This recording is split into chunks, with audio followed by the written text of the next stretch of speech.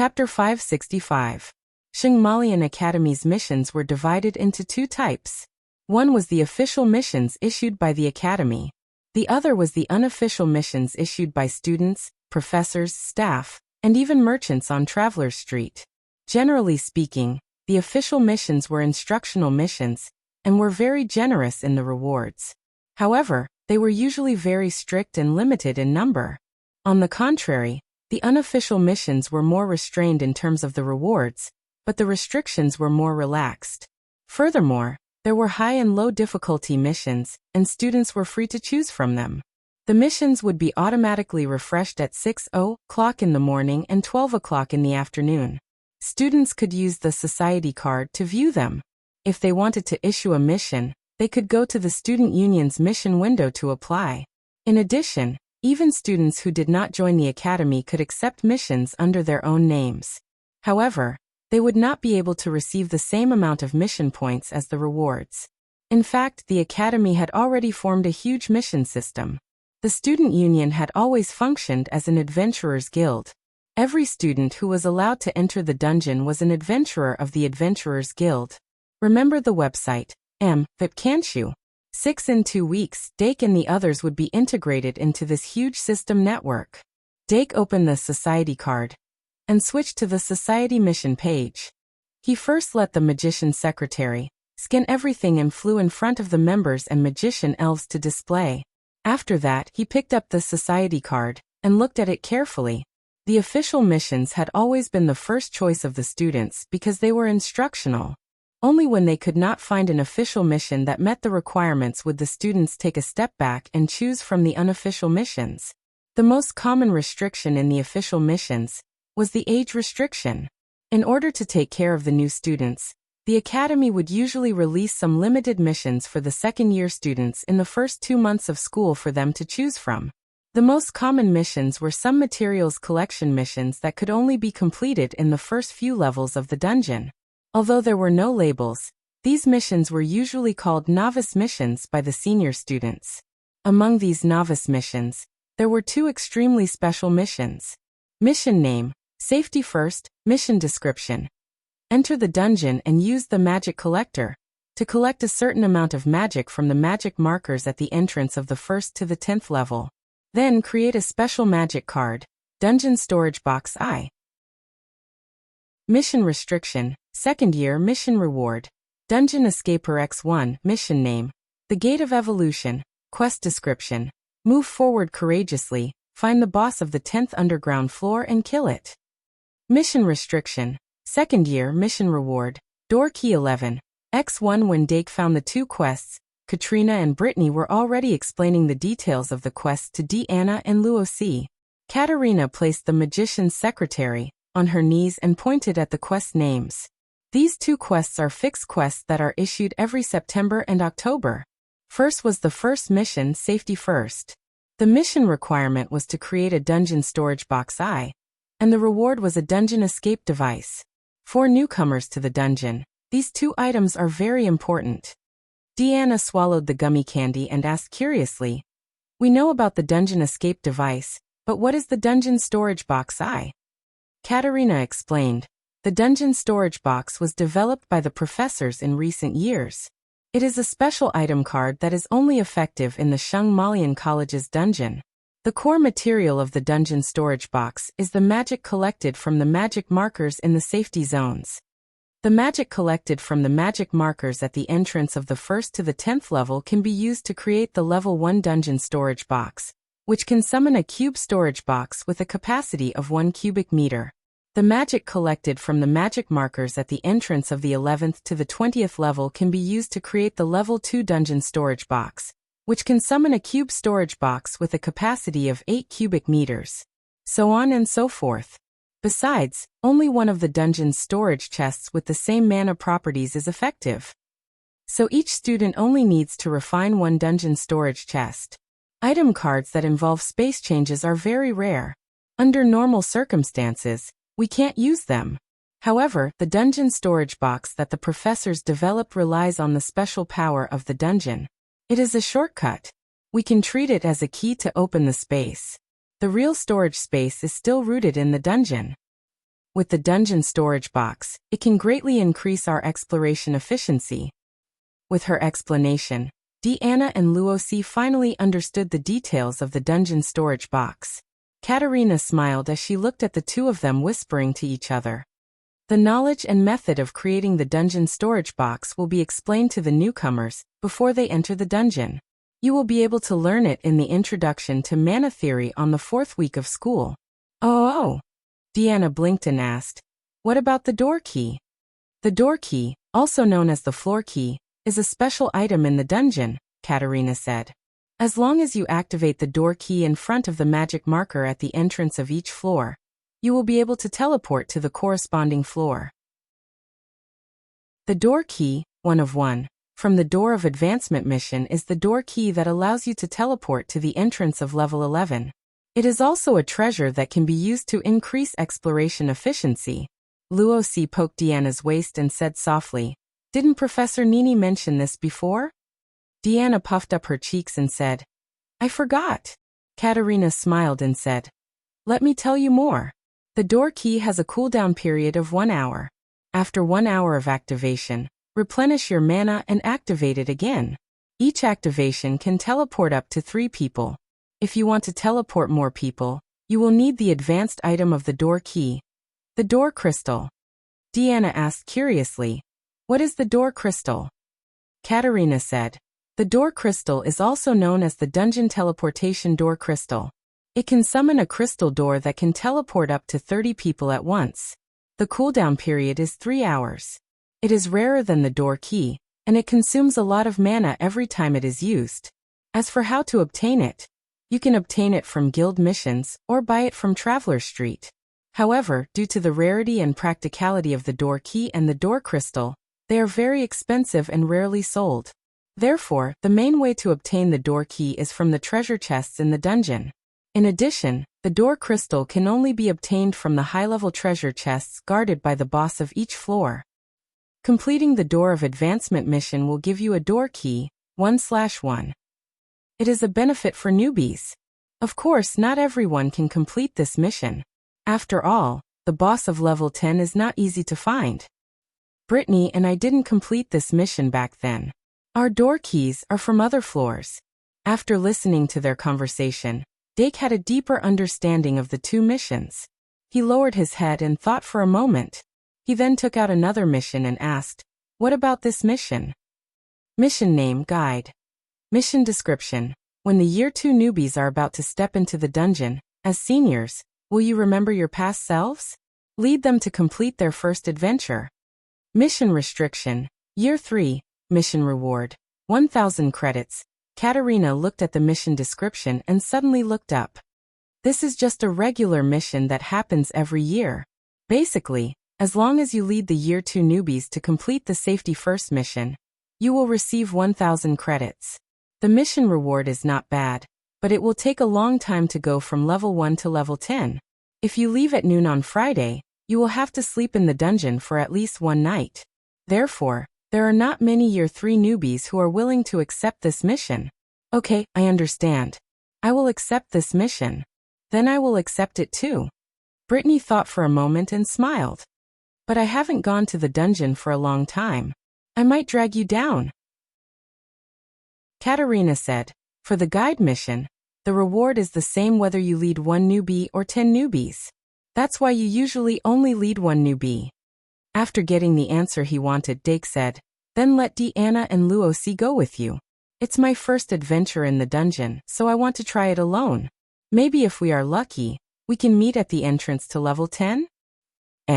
Are we not going together?" Deanna asked immediately. Dake shook his head.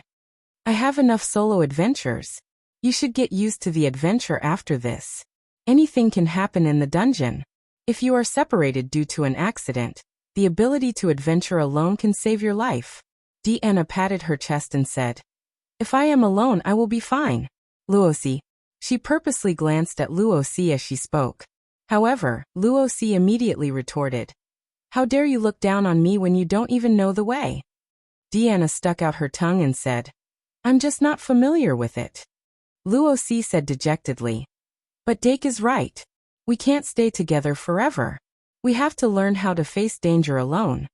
After this part of the conversation ended, Dake glanced at the magic elves who were looking at him eagerly and sat down on the sofa. Meow! After a series of meows, the magic elves swarmed over and surrounded him. He picked up the society card and pulled the mission interface to the non-official missions section. The official missions basically had restrictions. If the magic elves wanted to accept a mission, they would have to look at the non-official missions. Dake looked from top to bottom. When he saw a suitable mission, he would pause for a while and let the magic elves take a closer look. After they memorized it, they would continue to look. The non-official missions were extremely numerous and varied. If one looked carefully, they could even find some missions with single-digit reward points. These missions could be said to be very simple. Most of them were missions that the mission giver wasn't good at or wanted to save time, so they chose to ask for help.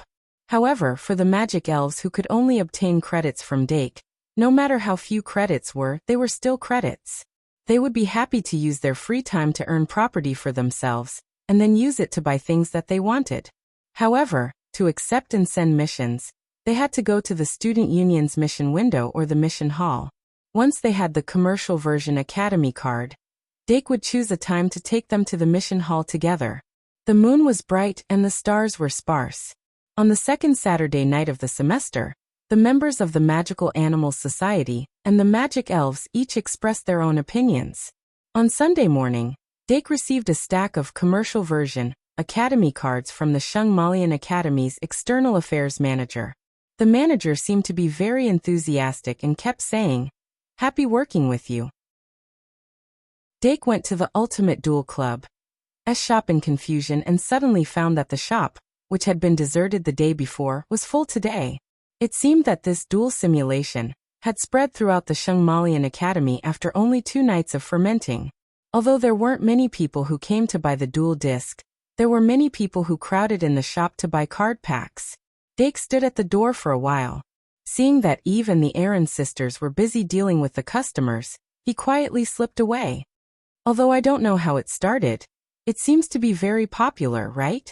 He laughed and was happy to see it happen. In the Magical Animals Society, the Magic Elves were already itching and waiting for Dake to bring the commercial version Academy card. Among them, Meow Meow was the most eager. As the cat with the most dexterous hands among Dake's Magic Elves, it could accept a lot of missions, especially those carving missions. Not only could it obtain credits as a reward, but it could also be used to hone its skills. It could be said to be killing 2 birds with 1 stone. In contrast, the other Magic Elves had a narrower range of missions to choose from. They could only accept some missions, such as Platycodon Magic Medicine Concoction. This was because the concoction of this thing required more than 6 hours, and didn't require much skill. Normal students couldn't learn anything from this kind of mission. However, the Magic Elves could come into contact with all kinds of things through these missions, and gradually enrich their knowledge. Of course, there were also some very popular missions, such as temporarily hiring a food tester. Snorlax had its eyes on this mission early on. When it was close to noon, Dake brought the commercial version Academy card to the Magical Animals Society. He waved the box in his hand at the Magic Elves and said with a smile, "Come one by one." The Magic Elves immediately stopped their killing and obediently lined up one by one, as if they were receiving a meal card. After waiting for the Magic Elves to each receive a copy, Dake slowly said, "Although these Academy cards only have limited functions for the commercial version, they still need to be activated. There are 2 ways to activate them. One is to activate them with magic, the other is to activate them with blood. Of course, you can only activate them with magic. Once activated, the Academy card will be completely bound to you. As long as you press the circle in the lower right corner, you will be able to check how many credits are stored. If you want to exchange your little red flower for credits, you can come and line up." After the Magic Elves listened carefully, they immediately began to activate the Academy card. Apart from the sub-beast, the rest of the Magic Elves had already grasped magic perception and magic output, so activating the Academy card wasn't difficult. Dake looked at the sub-beast with a head full of question marks, and walked over to help it complete the activation of the Academy card. After a few minutes, rays of light lit up, and all the Academy cards were successfully activated. The magic elves finally had their own little treasury. But Dake waited for a long time, but none of the magic elves came to exchange their little red flowers for credits. He couldn't help but smile, somewhat gratified. At this time he suddenly saw Meow Meow carrying a small backpack and preparing to leave, so he couldn't help but ask, "Meow Meow, where are you going?" Meow. Meow Meow glanced back at him and waved the Academy card in its hand. He couldn't wait to earn more credits. Dake stared blankly and subconsciously said, "Let's go together in a bit." Meow. But Meow Meow shook its head vigorously, and then pushed open the door with an unruly expression. It was as if it was the incarnation of pride, and not greed. Dake blinked and gave the little fiend a meaningful glance. The little fiend understood and immediately tied a small bag to its paw, flew out of the classroom, and chased after Meow Meow. The rest of the magic elves were also restless. Dake bent down and put little Ivan on his knee, gently stroking its back. No rush. He also wanted to see what Meow Meow could do on its own. Although Dake had always strived to give the magic elves better education and more freedom, he actually didn't have the confidence in his heart. He didn't know whether his method was correct or not, because this was something that had never happened before. In the records, even the founder of spirit summoning, Red, didn't give the magic elves education beyond the scope of magic elves. Magic elves were still magic elves. Even if their intelligence was above 3, they were still magic elves. Spirit magi who could achieve this would cultivate a bond with the magic elves, teaching them knowledge related to battle, so that they could perform better in battle, and giving them limited freedom in their daily lives. Claire Kate was actually a very standard spirit magi. When she was resting, she would let the magic elves out, so that the bedroom was full of animals. But that was all. No one would give the magic elves basic education, and no one would give them private space to teach them how to enjoy themselves. Would the magic elves who learned to enjoy themselves become lazy? Would the magic elves who were used to freedom become rebellious? Would the magic guide fairies who had mastered the knowledge become gentle?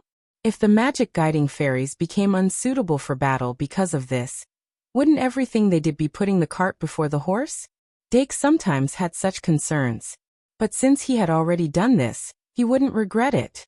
In his most difficult time, if he didn't have the magic elves by his side, he might not have been able to hold on until now, when everything is going well. He couldn't forget his past companions. Embracing the past, looking forward to a new life. As for whether his actions were correct or not, the magic elves would give him the answer. Meow Meow walked down from the 10th floor of the spiral clock tower with increasingly cheerful steps. When the school card was in its hands, it couldn't suppress its excitement. The more it received basic education, the more it understood the importance of money. No matter what it wanted, as long as it had enough money, it could buy it. Greed wasn't a bad thing. What was bad was unrestrained greed. It had to rely on its own efforts to earn money, and then use the money it earned to buy everything it wanted. Among the magic elves, the richest were Big Milk Can, Little Fiend, and Kettle Kettle, but it would soon be Lord Meow Meow. It glanced at the little fiend that had caught up and sneered in its heart. A pitiful bat that can only rely on running errands to earn a fixed tip. How can it compare to Meow? Thinking of this, it became more and more happy. It took Meow Meow very little time to come down from the spiral clock tower. Its steps were very fast, and in the blink of an eye, it arrived in front of the castle. There were a lot of students looking at it from all directions. It had been a week since they could move around freely in the castle, but the way the students looked at them hadn't changed much. There were even some childish humans who wanted to tempt it with sausages. Meow. Meow Meow hurriedly held its breath and ran into the castle. Its mobility was second to none among all the Magitech fairies. During this period of time, it had already explored all the areas in the castle where there were students. Of course, it knew where the student union was and quickly found the mission hall next to the student union. On Sunday afternoon, many students returned from the underground city to hand in their missions. The mission hall was very crowded with people coming and going. Meow Meow nimbly passed through the crowd and arrived in front of a window in the blink of an eye. It raised its head, recognized the words written on the window, and then queued up in front of the window marked, Mission Window. The line was very long. Although it was very anxious, it didn't choose to cut the line. It didn't steal or rob. It was civilized and polite. It was the future, world's richest. And it couldn't leave a stain in this place. Pata. The little fiend landed behind it and looked curiously. Requesting votes. Requesting votes. Requesting votes. Chapter 566. Maureen Bridges had noticed the two magical elves the moment they entered the mission hall. However, she was too busy with her work and ignored them. It was only when a gap suddenly appeared in front of the window, and the students who were supposed to step forward stopped a meter away, that she suddenly realized something. She then squeezed half of her body out of the window, and saw the two little cuties who were too short to reach the window. Cough! Maureen held back her laughter, and asked Meow Meow and the little magical beast below. Is it just the two of you? Where's your master? If it was another magic elf, she definitely wouldn't ask this, because she wouldn't get an answer at all. But as a member of the student union, they seriously investigated when Dake's magic elves appeared more frequently in the castle corridor, and asked Professor Earbook for instructions. Because according to the school rules, students were not allowed to let their familiars wander in the corridor without a need, but there were no rules for magic elves. However, if this situation was accepted by default, the student union was worried that more students would follow suit and have a bad impact on the school environment. But after Professor Earbook asked about the situation, he still issued a special permission. Because of this, the student union members basically knew that these magic elves belonged to the second-year chief. It was human nature for professors to have a preference for excellent students. 1 second to remember https://m. VIP can't you? VIP. Some of the student union members also mentioned that Professor Earbook was too biased towards Dake Dimung, but they only talked about it in private. Maureen didn't have any impression of Dake Dimung. Instead, she was very interested in these intelligent magic elves. Even if academic value was excluded, these magic elves were enough to attract her attention. After all, who wouldn't like cute little things? She couldn't help but reach out, wanting to touch the little gold coin on Meow Meow's forehead. Meow. But Meow Meow softly called, grabbed the branch card, and handed it to her. Maureen was stunned for a moment, and subconsciously took the branch card. Then she shrank back, placed the branch card on the card-reading device, and injected magic to activate it. Immediately after, the basic information about this branch card was displayed. Type, commercial card. Name Meow Meow. Year, Nun College, Nun Club, Magical Animal Club. Mission points. 0 mission completion rate. 0% commercial card? Mo Lin was dumbfounded when she saw the message. She had never imagined that a magic guide fairy could have its own branch card. Furthermore, the purpose of this magic elf's visit. Meow. Is it called Meow Meow? Mo Lin swallowed her saliva, and looked at the gray cat that suddenly jumped onto the table. Meow Meow stood up from its kneeling position, and adjusted the strap of its backpack. It stared at Mo Lin with its half-closed eyes. Mo Lin asked in disbelief. You're not here to accept a mission, are you? When she asked this question, she really wanted to get a negative answer. But Meow Meow nodded firmly. At this moment, not only Mo Lin, but even the students in the queue behind her were stunned. The little devil beast flew up, and landed on the table with a paw-paw-paw sound. Meow Meow looked at the receptionist's stupid face and tilted its head in thought. Then, it turned its backpack to its chest, unzipped it, and took out a palm-sized notebook and a pen. Then it grabbed the pen and started writing on the notebook. The surroundings suddenly quieted down. Mo Lin Bridges couldn't help but widen her eyes and open her mouth so wide that a duck egg could be stuffed in. It wasn't until Meow Meow turned the notebook to her that she took a deep breath and forced herself to calm down and look at the notebook. Although the handwriting on the notebook was slightly crooked, it was very standard human language. And it was obvious that it was written by a beginner. There wasn't a trace of sloppiness. Mo Lin's face was a little stiff, but she still said, Do you want to accept the wood sculptor mission? Meow. Meow Meow tapped the notebook with the tip of the pen, indicating that it was GKD. However, even though Maureen understood its intentions, she couldn't possibly comply with its request so easily. As a staff member of the mission window, In addition to registering the mission, she also had to conduct a simple examination of the people who accepted the mission to ensure that they had the ability to complete the mission. Of course, because this was a mission window for students, most of the time, there was no need for an evaluation. The students would take what they needed and wouldn't accept a mission that they couldn't complete. After all, failing the mission would result in a deduction of points. Points and credits would be deducted. In addition, if the person who accepted the mission failed to complete it, the receptionist who gave the mission to them would also deduct the corresponding performance points. So, without confirming whether Meow Meow had the ability to complete the mission, Emolyn wouldn't give the mission to it. Even if the mission didn't have any conditions, it was still the same. So, after taking a deep breath, she tried to say as gently as possible, "Sorry, although I really want to give this mission to you, I also have to be responsible for the person who issued the mission. If you must accept the mission, you can call your master here. I can give the mission to him, and then he can give it to you." Meow. Meow Meow's eyelids slowly opened, and an unhappy expression appeared on its face. The corner of the little fiend's mouth curled up, and it stood at the side and snickered. Meow Meow suddenly turned its head and bared its two fangs at it. But the little fiend folded its wings in front of its chest and wasn't threatened at all. The special situation here quickly attracted the attention of the people around. Although the students who were handing in their missions in the hall didn't gather around, they all looked at them curiously. Meow Meow acutely sensed that it had become the center of attention, and it urged the stupid female in front of it in annoyance. "Meow, meow meow meow." But Emolyn had already calmed down and said again, "No, you can't. Get your master here." Meow meow meow. Meow Meow immediately picked up a pen and wrote in its notebook. "Why?" Emolyn thought for a moment, and this time, she explained gently, "If you want to accept a mission, you must first prove that you have the ability to complete it. If your master is here, he can vouch for you. But if it's just your words, you lack credibility. Do you understand?" Meow Meow immediately narrowed its eyes. It understood. This stupid female was doubting Lord Meow Meow's ability.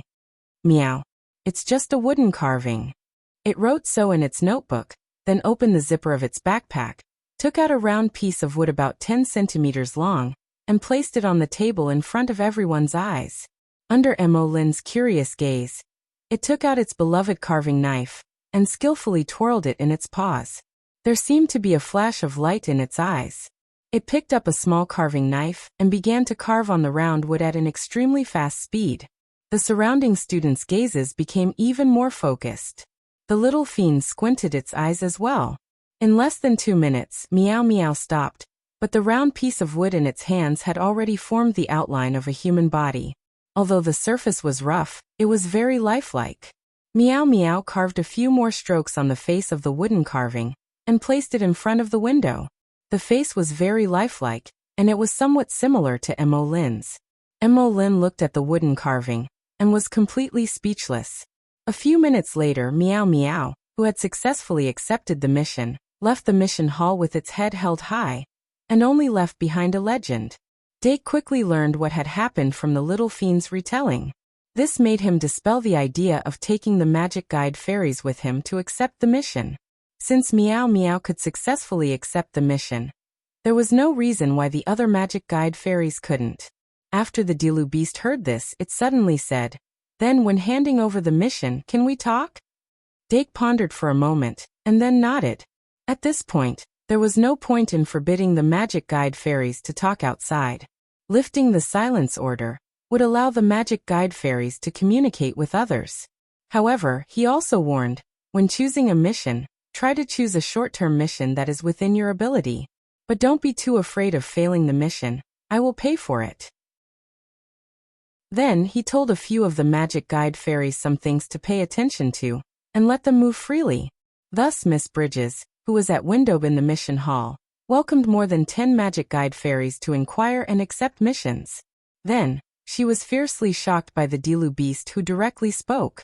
Magic guide fairies that could speak human language were not unheard of. In fact, the vast majority of human species had mature vocal organs. But magic guide fairies like the Dilu beast, the little fiend beast, the lion beast, And other magic guide fairies that could speak fluently with humans was definitely the first time in their lives. As for the legend of Meow Meow, even more surprises came out in the past few days. If not for the fact that the owner of these magic guide fairies was Dake Dimeng, they would definitely be coveted by many people. Even so, there were still senior students who cast their gazes at him. Some people who originally thought that they knew enough about Dake received a shock that they shouldn't have. Compared to the rumor that the magic guide fairies could accept missions on their own, the fact that they could speak spread even faster. But unexpectedly, the students didn't doubt this information. Many people even had a feeling of as expected. After all, Dake's magic guide fairies not only went to the cafeteria to eat every day, but they also frequently went to the library to borrow books. A group of magic guide fairies that could even read books. What was so surprising about them being able to speak? Yes, all of this was as it should be. The first-year students who had just entered the school half a month ago even began to doubt the definition and description of magic guide fairies in the textbooks. Who said that magic guide fairies' intelligence level is only 2? Who said that magic guide fairies don't have the ability to think independently? Who said that magic guide fairies can't speak? Their inherent understanding was quietly overturned. The professor who taught the first year's introduction to magic was afraid that he would encounter an unprecedented problem. Sunday passed quickly. The magic guide fairies frequently went back and forth between the mission hall and the club's classroom. It was very lively. They seemed to have truly obtained a good experience from the mission system. Some of the magic guide fairies even completed 1 or 2 missions on the same day, thus obtaining a lot of credits and gaining a deeper understanding of gains from hard work. And the Magical Animals Club's points also broke through the 0 mark. As for the commotion they caused in the castle, it naturally didn't affect them. It was just that when Dake returned to the aristocratic house's tower, he was besieged by a large number of people. The senior students chased after him to ask if the rumors were true or false, which caused him some trouble. But with the arrival of Monday, the Shengmalian students finally had to immerse themselves in the classroom. These extracurricular matters would gradually be replaced by the troubles brought about by schoolwork.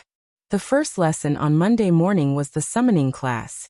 Professor Sarah Shi-Erfu finally began to talk about the knowledge related to ritual summoning.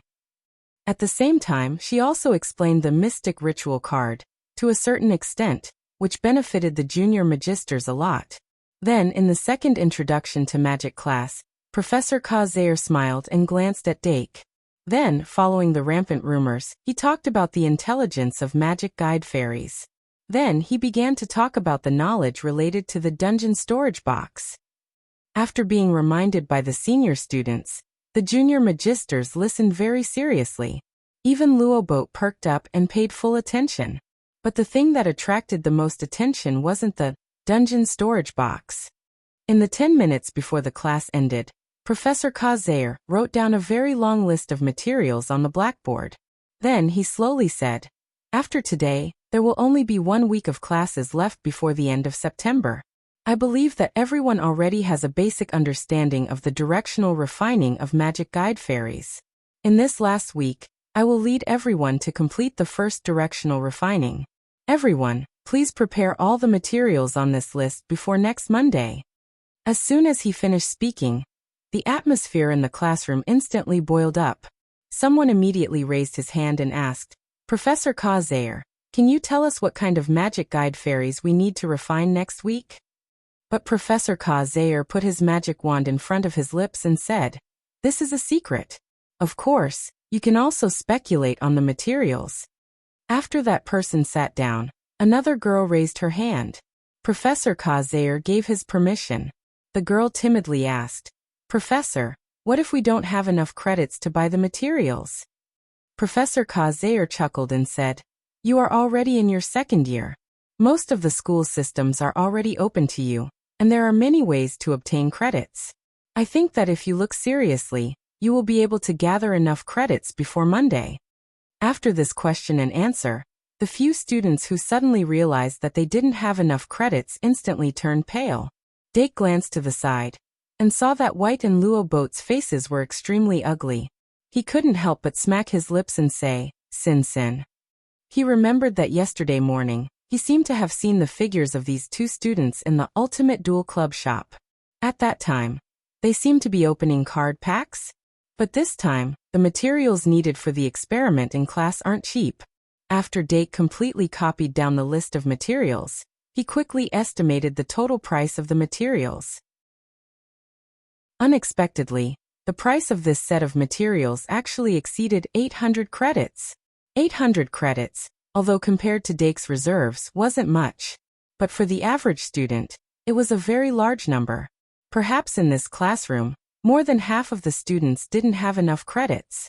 But even if the majority of the students didn't have enough credits, they shouldn't be too far off. After that, they only needed to go to the mission hall to take 1 or 2 missions to gather enough credits. Professor Kazair most likely wanted to use this opportunity to let them take the initiative to familiarize themselves with the process of handing over missions. It could be said that he had given a lot of thought. What about the students who had too much credit difference? What else could they do? Take a few more missions. Monday afternoon's class was potionology. Professor Thompson specially went over the methods of making magic recovery potion and magic speed potion again, and went deeper into the methods of making higher level magic recovery potion and magic speed potion. But the higher the level of these two potions, the greater the requirements for magic manipulation. It was very difficult for a second-year student to complete the production, not to mention refining these two potions into a magic card. That was obviously even more difficult. But if one wanted to fight a long battle in the underground city, this type of potion or magic card was very necessary. According to Professor Thompson, no matter how difficult it was, they had to complete it. This would determine how far they could go in the underground city. Ring ring ring. Once the potionology class ended, the second-year students all rushed to the mission hall. The mission handover system under the student council was open from Monday to Sunday. Most of the time, the staff of the school would be at the window, but during the weekend, the student council members would take turns. The staff was not surprised by the enthusiasm of the second-year students. Every year at this time, there would be a wave of enthusiasm, but there weren't many students who could persevere.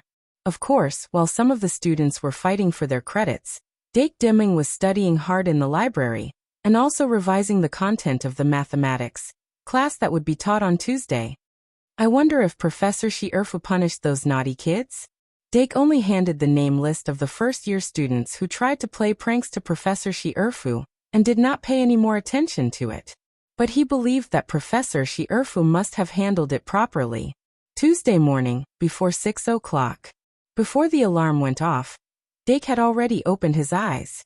Thanks to the underworld magic practice before going to bed every night, he was very energetic when he woke up. Today he was full of energy. Next was his second class as a teaching assistant. Compared to the first class, he was less reserved, but he still took care of his hair and appearance very carefully. A person's appearance was always the most direct evaluation standard. Dake would not let the students have a bad impression of him because of a moment of slacking off.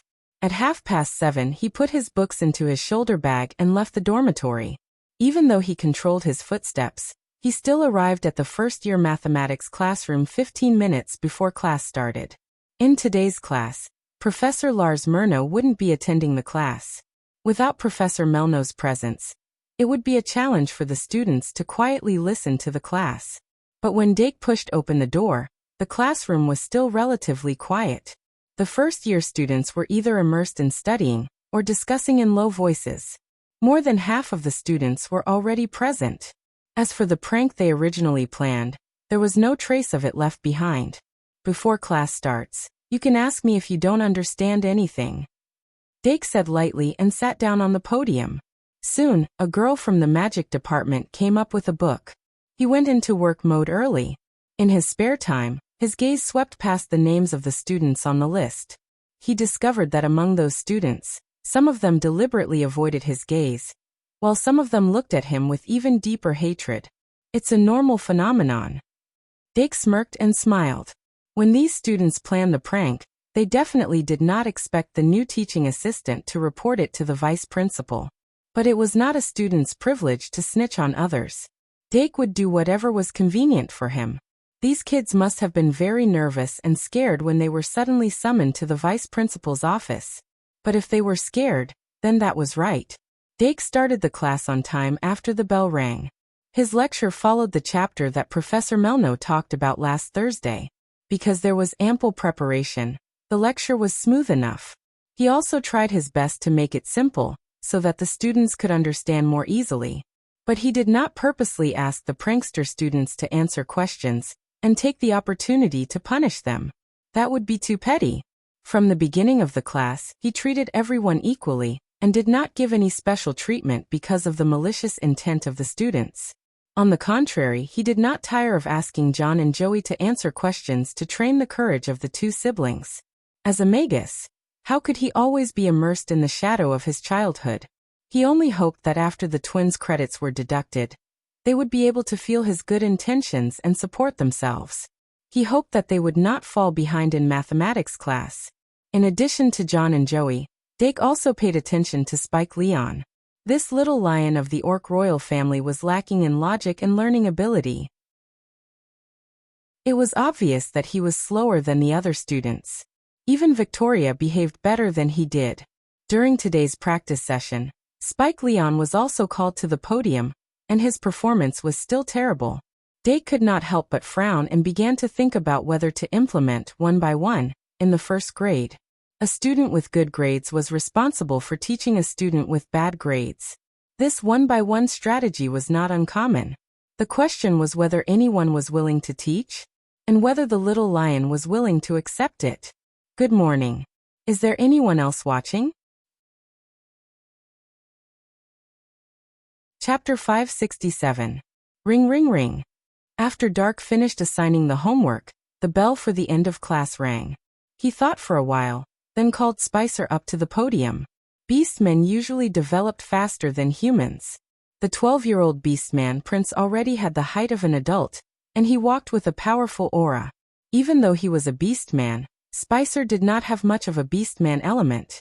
His facial features were considered delicate among humans, the two cute semicircular ears that poked out from his fluffy hair, and his limbs were long and strong.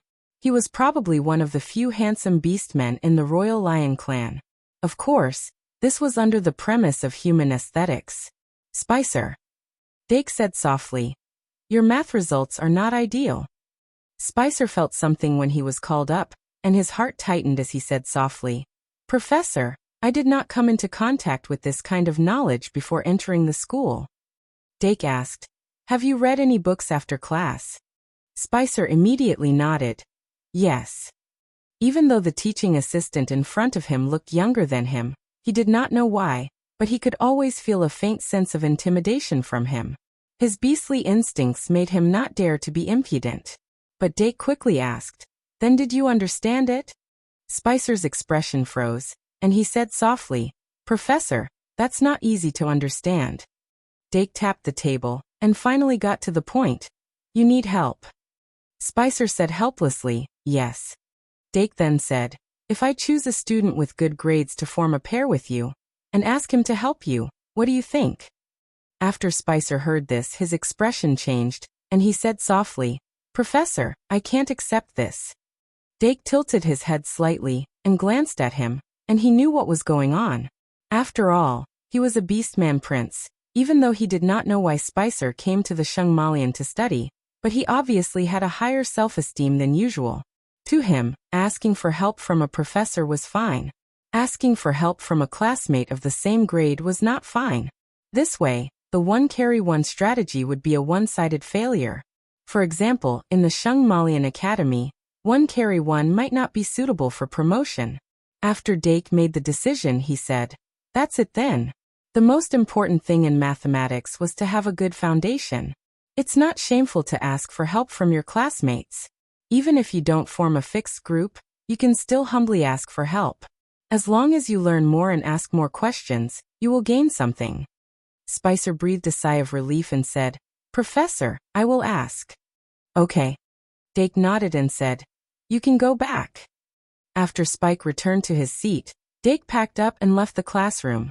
When Spicer rejected him in a deep voice, he emitted a slightly strange aura, which made him a little concerned. Is it because your pride was touched? He pondered for a moment and couldn't help but slow down. Suddenly, a figure flashed in front of him. He instinctively dodged to the side, and saw that person also dodged in the same direction. The two of them met again. Dake stopped moving and the person in front of him leaned to the other side. After a few steps, he staggered to a stop. He asked with concern, "Student, are you okay?" I'm fine, the person said as he turned his head and suddenly said in surprise, "You're Dake Dimming?" Dake looked at his uniform and said, "That's me. Senior, what's your name?" "My name is Cole Ocean, a third-grade student of the House of Fools." Cole Ocean took the initiative to say, "It's fate to be able to meet here. I wonder if you have a guide?" Guide? Dake's heart skipped a beat and showed a hint of curiosity.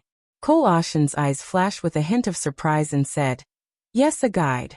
We third grade have a mission to guide the second grade newcomers to complete their first dungeon adventure. If you don't have a guide, you can consider me as your senior." "Is that so?" Dake sized him up without hesitation. Cole Ocean had the standard height of a 14-year-old youth. His hair was brown, his looks were average, and his figure was not outstanding. He was a person who would be hard to find once he entered a crowd. It was hard to tell whether he was good or bad from his appearance. However, his sudden appearance and mention of a guide made him seem extremely suspicious.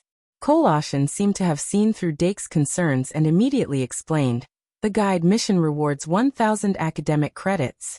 You know that it's not easy to accumulate academic credits. A top student like you doesn't need a guide to travel through the dungeon. If I can become your guide, it'll be equivalent to me getting the 1,000 academic credits for free." Dake nodded and understood. "Then why should I let you get the 1,000 academic credits for free?" Cole Ocean immediately said shamelessly, "Isn't it the same to give it to anyone? Since we're so fated, why don't you give it to me? Of course, I won't take it for free. If you agree, I can give you information that's worth the money." Dake sized up Cole Ocean again and couldn't help but laugh. "How about this? I'll use 500 academic credits to buy your information that's worth the money. Although the academic credits are halved, you don't have to do anything to get it. Isn't that more profitable?" Cole Ocean probably didn't expect Dake to suddenly say something like this and didn't react for a moment. Dake was already prepared to turn around. "If you don't want to, then I'll leave." "No, wait," Cole Ocean hurriedly said. 500 it is. Why wouldn't I earn it for free?" As he said that, he immediately took out a palm-sized notebook from his small bag and started writing. After he finished writing, he tore it off and waved it at Dake. "Pay up and I'll give you the goods." "Okay." Dake took out his school card and transferred the 500 academic credits to Cole Ocean without hesitation. Cole Ocean was shocked by Dake's extravagant behavior, but he didn't show it on his face. Only after the academic credits were transferred to his account did he say, "Since we're people who have made a deal before, why don't you give me the guide's position as well?" Dake took the piece of paper and immediately said politely, "Senior, your shamelessness has really refreshed my knowledge." After he said that, he glanced at the information on the paper and strode away without looking at it in detail. It was only when his figure disappeared around the corner that Cole Ocean's lips curled into a sly smile. "Clumsy acting." Dake sneered almost at the same time. "Cole Ocean, I wonder who he is?" He quickly arrived at the History of Magic classroom. After he sat down, he took out the piece of paper again and spread it on the table. "Dake, is class going well?" Deanna leaned her head back on the table and asked with a squint. "It's going well," Dake replied and lowered his head to look at the content on the paper. Deanna asked curiously, "What is this?" Dake said, "It's information about the boss's location on the 10th floor of the dungeon." "Oh." Deanna sat up straight and was shocked after a while. "What?" Dake repeated word by word. "Information about the boss's location on the 10th floor of the dungeon." Then he twirled his pen and thought to himself, "Why did Cole Ocean reveal this information to me? What is his intention? Is he trying to lure me to a certain location on the 10th floor of the dungeon? Or is there something else? There's too little information." After a while, Dake put his thoughts aside and focused on class. Noon. Dake found Eve and Irene, who were eating in the cafeteria, and put their plates on the table next to Eve. Then Diana and Luosi followed him. He did not avoid Diana and Rose. Instead, he handed Eve a letter that was folded into the shape of a field and said, "This is for you. You can read it when you get back." Eve put away the letter and didn't ask about it on the spot. Instead, she started to talk about the shop. The preliminary test of the dual disc ended with excellent results. Both the girls and the person in charge of the Shengmalian Academy were very confident about the future of this project. October. Eve said excitedly, "At the beginning of October, we are going to put the dual disc on the market. Other than the basic card packs, we will put the cards into model Easter eggs according to the plan. On October 4th, when the Silver Cup competition starts, it will be announced to the public." The Silver Cup? Dake said with great interest. Is it a dual competition limited to the second-year students? Of course, he had heard about it before, but he didn't know about it in detail. After all, compared to the Silver Cup, limited to the second-year students, he was more interested in the Gold Cup, which was open to everyone except the first-year students. Eve said, "We only learned about it from Mr. Fernandi." Forrest Fernand was the person in charge of the Shengmalian Academy's external affairs. Eve briefly explained the outline of the Silver Cup. Diana's eyes lit up and she said with great interest, "This is much more interesting than the newbie competition." Eve smiled and said, "The Silver Cup is the same as the Gold Cup. They are both large-scale competitions that are divided into the points competition and the main competition. As long as you get enough points in the points competition, you can squeeze into the main competition. There are a total of 8 places in the main competition, and it uses a double elimination system. Didn't your professor tell you about it?"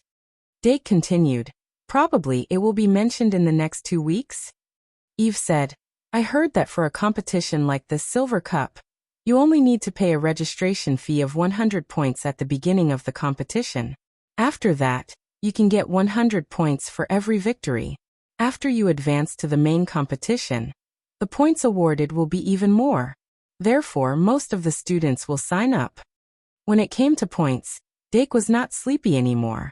He immediately asked, "The Silver Cup starts in October?" Eve said yes. On the afternoon of Friday, October 4th, there will be an opening ceremony for the Silver Cup. On the afternoon of Friday, November 1st, there will be an opening ceremony for the Gold Cup. The Silver Cup will last until Christmas.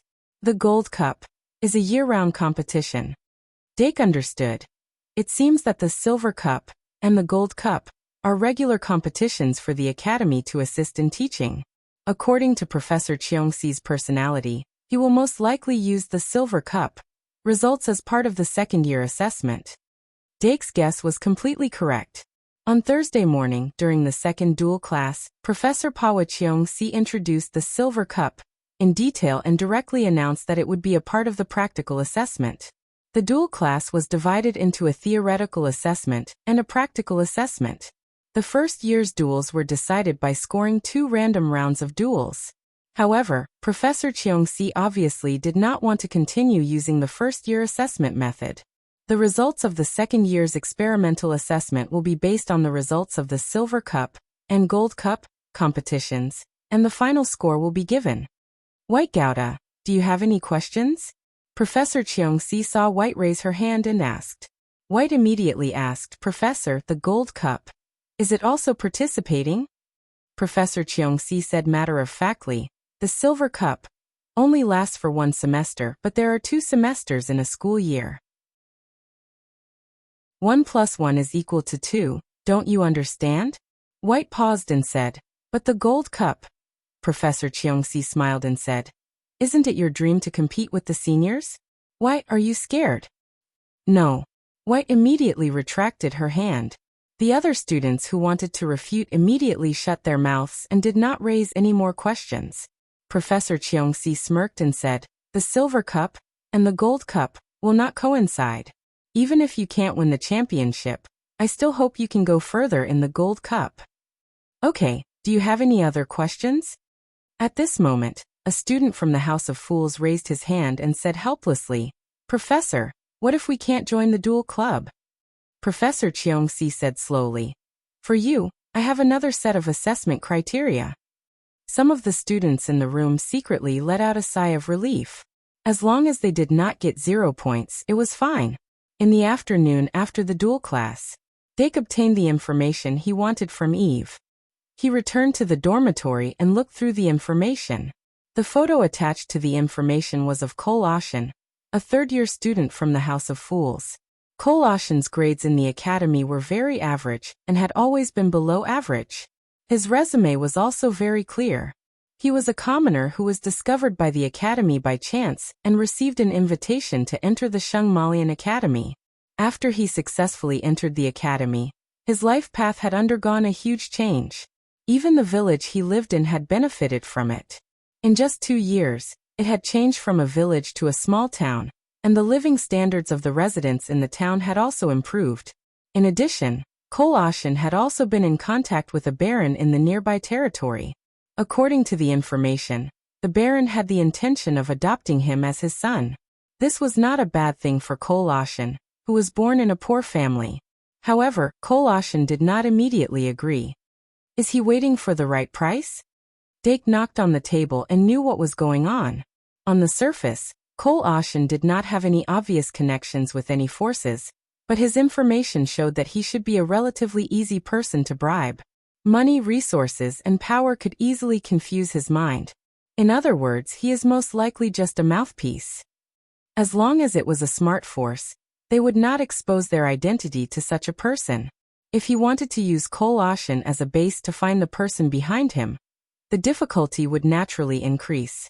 In that case, should I accept this level 10 boss of the dungeon? Or should I accept it? Dake was somewhat uncertain.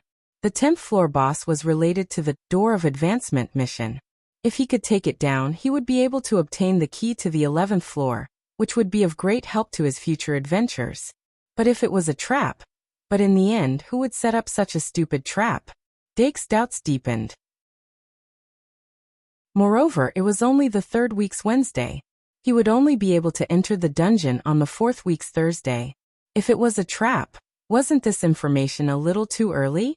Although most of the elite monsters in the dungeon would not be included in the dungeon's respawn mechanism, what if they were killed by someone during the weekend? Wouldn't this information become invalid on the spot?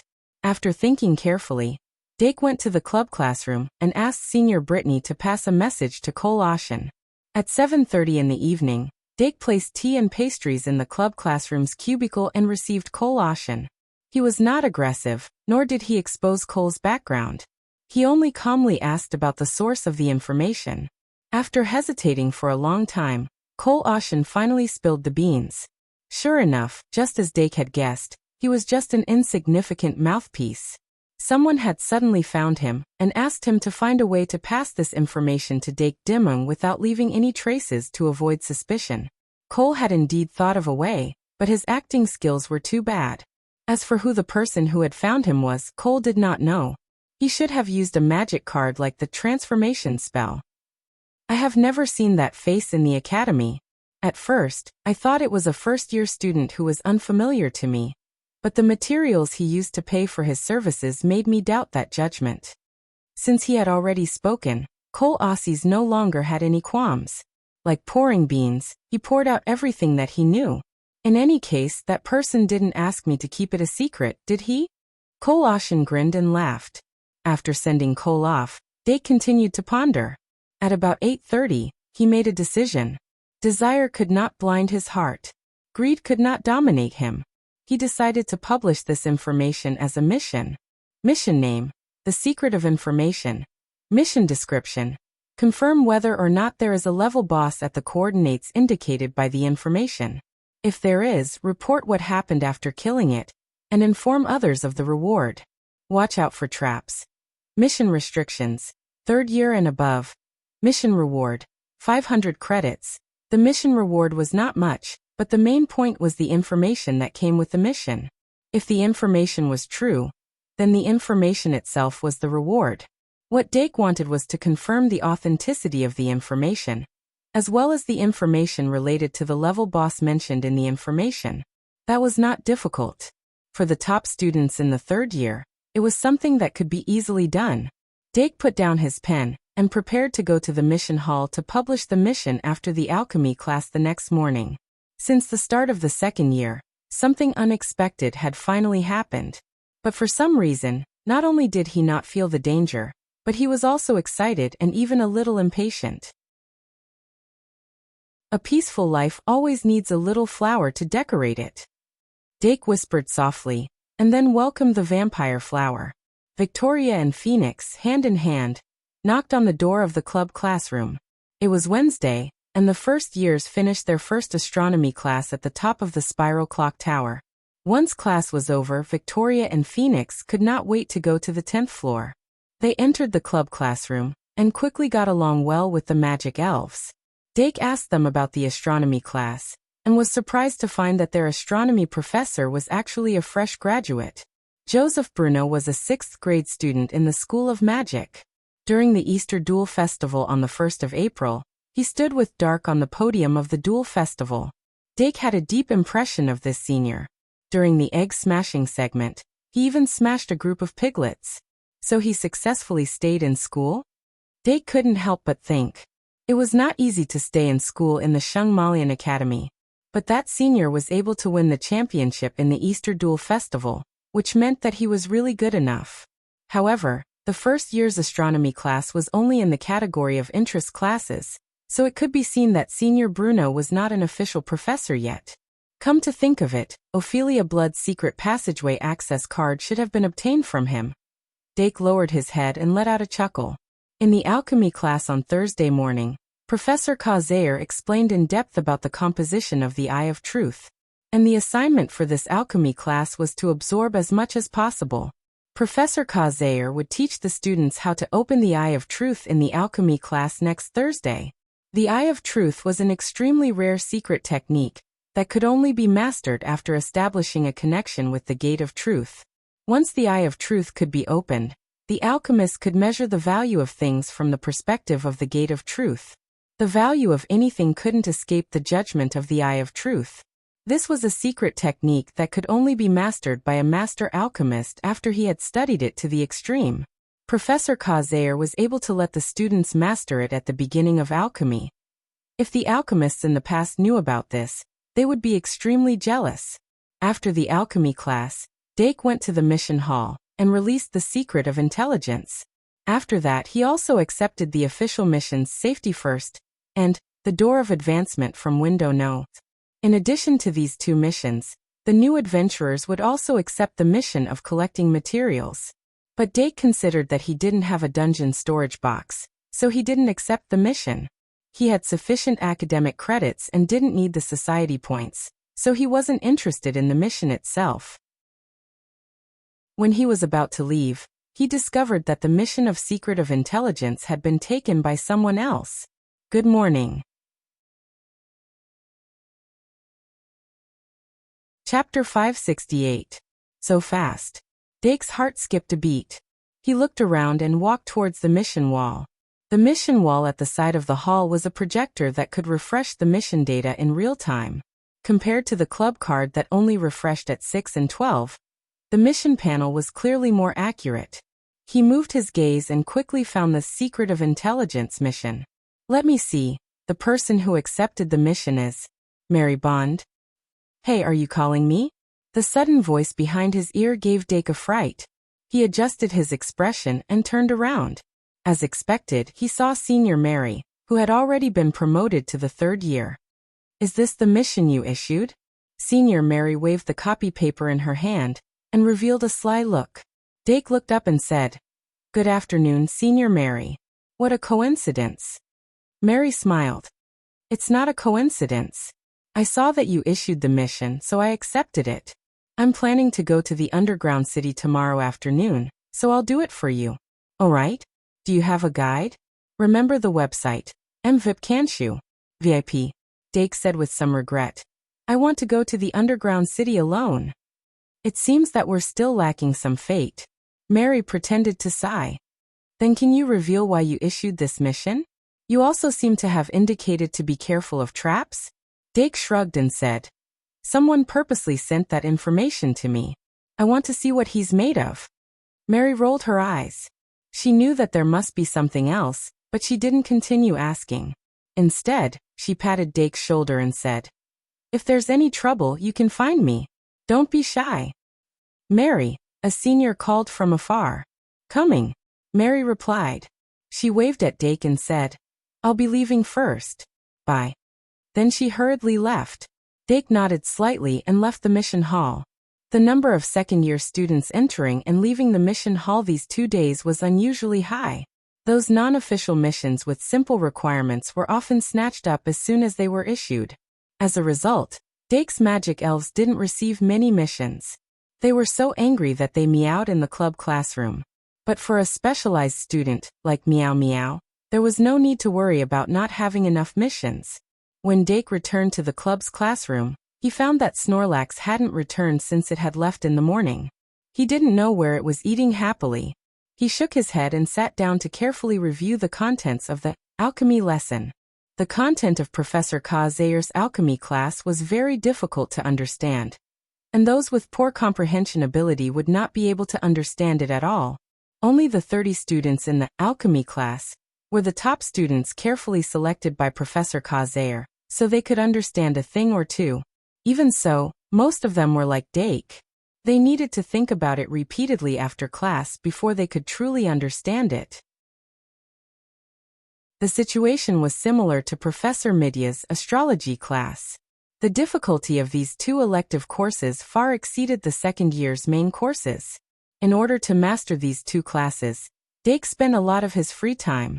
And even he was like this, let alone little Ibu. In order to let little Ibu better understand the contents of astrology class, Dake had to teach by example. Occasionally he would even evolve it into a sun elf to assist in learning. But even so, little Ibu's learning progress was still not ideal. Diligence makes up for stupidity. There was always a limit. Almost every night, it would read by candlelight and then sleep on its laptop. Facing this situation, Dake didn't have any good ideas. He could only encourage it. He was still hoping that after little Ibu learned something, it could assist in refining flower cards to deal with the possibility of bliss suddenly increasing. Friday afternoon. As soon as the hub to Travelers Street opened, students rushed in. With the idea of buying early and finishing early, Dake entered Travelers Street and spent 2 to 3 hours to buy all the materials needed for the first directional refinement. The target of directional refinement this time wasn't hard to guess. The core material on the list was the Adelobug's eyeball. A list of 10 Adelobug's eyeballs. The final result of refinement would naturally be a magic guide spirit with similar characteristics to the Adelobug's eyeball. Among them, the easiest one to associate with directional refinement was the illusion bug, within the scope of the abilities of the students who first came into contact with directional refinement. Illusion bug was a very standard 2-star magic guide spirit card. The magic guide spirit created from it would usually be a purple card with 2 sure kill skills. One of the sure kill skills was the fixed Eye of Illusion Breaker. Its greatest effect was to break illusions and dispel invisibility. For the little mages, this was the first method they could use to break invisibility. Whether it was in a magic duel or in a real adventure, opponents who could conceal themselves were extremely difficult to deal with. A conventional method to break invisibility was naturally a necessity. Other than the Eye of Illusion Breaker, the second sure kill skill of the illusion bug was related to its second attribute. The first attribute of the illusion bug was bug. The second attribute could be flight, poison, fairy, and light. According to the different attributes, the types of the illusion bug were slightly different. The supplementary materials on the list were thus divided into 4 categories. The price increased progressively. The cheapest feather illusion bug material cost 500 credits. The most expensive spirit illusion bug material cost 1,500 credits. Dake did not intend to create 2 illusion bug cards. He only bought 2 sets of spirit illusion bug materials. One of them was kept as a backup in case he failed. The illusion bug was still very useful in nature. However, its combat ability was relatively low. 1 card was enough as a supplementary card. After that, he stopped at the Duel of the Whole People and kitty flower shops for half an hour each before leaving Travelers Street. Following that, it was basically time for studying. Compared to the rest of the students, Dake Diming's weekend life was undoubtedly dull and boring. He could only obtain a limited amount of joy from the sea of knowledge. In between, he would bask in the sun with the kitty flowers. In the evening, he would drink a cup of black tea and watch the sunset. As for the rest of the students, if they weren't rushing about in the mission hall, they were sweating and singing praises of their youth in the newbie competition. At 2 in the afternoon on Sunday, after receiving the mission completion notification, Dake once again went to the mission hall and received the mission information from Senior Sister Mary. The mission was completed smoothly. The crusade against the boss was successful. Did we encounter any traps? Dake first skimmed through the information before putting it away and returning to the club's classroom. Then he opened the information again and carefully read it. Senior Sister Mary's handwriting was very delicate. It was very different from her own style. It was easily recognizable as a woman's handwriting. Her writing was also very delicate. Reading it step by step, it was as if she was there. For this trip to the underground city, Senior Sister Mary was in a group of 3. Her ultimate goal was to explore the 23rd floor of the underground city. However, that was their itinerary. The information didn't go into detail. In fact, just as he said, the secret information mission was just a matter of convenience. When Senior Sister Mary entered the underground city on Friday afternoon, she directly used the door key 1/1 to teleport to the 11th floor safe zone. Of course, the so-called safe zone was the entrance to each floor. There was a special magic marker at the entrance to each floor of the underground city. The magic waves released from the marker would have a repelling effect on monsters, so there was a relatively safe environment. However, repelling didn't mean prohibiting entry. There was still the possibility of monsters entering. Therefore, in the safe zone, one couldn't completely let down their guard. After Mary's group of 3 entered the entrance to the 11th floor of the underground city, they directly went back to the 10th floor and searched according to the coordinates stated in the information. They spent less than an hour and successfully found the boss of the 10th floor. It was an undying species called the Armored Swordsman. Among the bosses that appeared on the 10th floor, it was one of the stronger types. The body of the Armored Swordsman had long decayed. Even its bones were scattered with the wind, leaving only a thin layer of flesh stuck to the inner wall of the armor. However, that was its main body. The empty armor was only the Armored Swordsman's disguise. If the flesh on the inner wall of the armor couldn't be completely removed, it wouldn't die. However, under the suppression of absolute power, the Armored Swordsman didn't last long before it was killed. After its death, the remaining power in its body condensed on the left arm armor. It was an excellent material for refining equipment cards. In the main hall guarded by the Armored Swordsman, Mary's group of 3 also found an iron treasure chest. There were many items in the treasure chest. They even made a list of the items in the information. However, Dake looked from the beginning to the end and didn't find any special items. It was obvious that the most valuable item in this crusade was the armor dropped by the Armored Swordsman. That was the end of the information that Senior Sister Mary submitted. Next, they went deeper into the underground city and continued their adventure. That had nothing to do with Dake's mission. After Dake finished reading the entire information, he couldn't help but fall into deep thought. This was an unexpected development. The existence of the 10th floor's boss, the real treasure chest reward, and the non-existent trap. All of this meant that the information provided by Cole Ocean was completely correct. If Cole didn't have the intention to keep it a secret, and casually revealed the process of obtaining the information, this matter would seem like a very ordinary information transaction. It would even make people wonder if Cole Ocean was lying. For a person who didn't have integrity and could be easily bought, it was indeed impossible to prove whether what he said was true or not. Dake carefully looked through the information that Mary submitted again. After confirming that there was no problem, he put it down and put it away. The clues that he was following were cut off. Next, unless he personally went to the place where the information pointed to, he most likely wouldn't be able to find any more clues. Dake vaguely felt that this was most likely, because he wasn't the one who went to crusade against the boss. That was why it was so normal. The dungeon had always depended on the person. Everyone's encounter in the underground city would be different.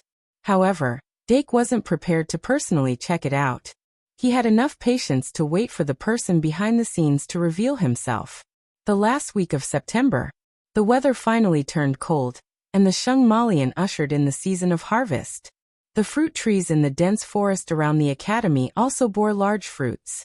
Dake occasionally heard stories of people who secretly went to pick fruits and were caught by the professor as a punishment to copy textbooks. On Monday morning, he put down the Great Sage Daily and picked up the Clown Daily, as usual, to continue reading. The situation in the kingdom changed in September. The Holy Church's Holy Judgment operation was in full swing. The eldest prince's faction relied on the Holy Church's gradually rising prestige, and gradually showed signs of rising.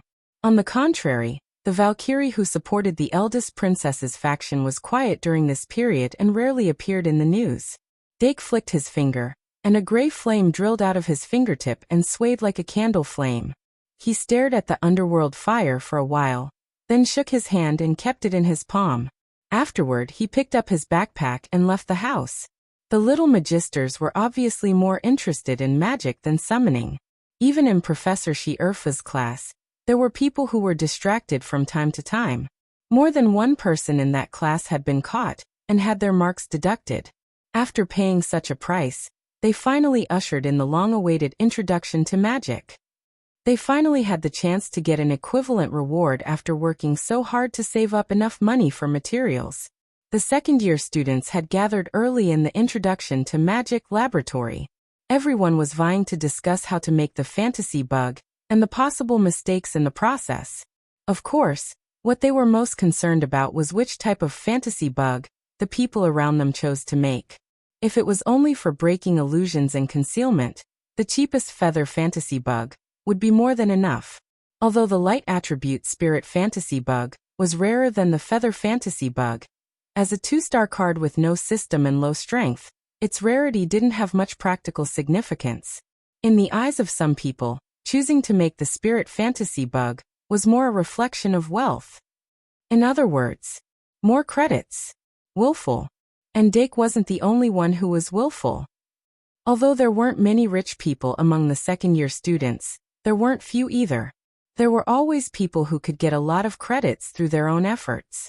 For example, Deanna and Luosi had made a killing in the newcomers competition on Saturday morning.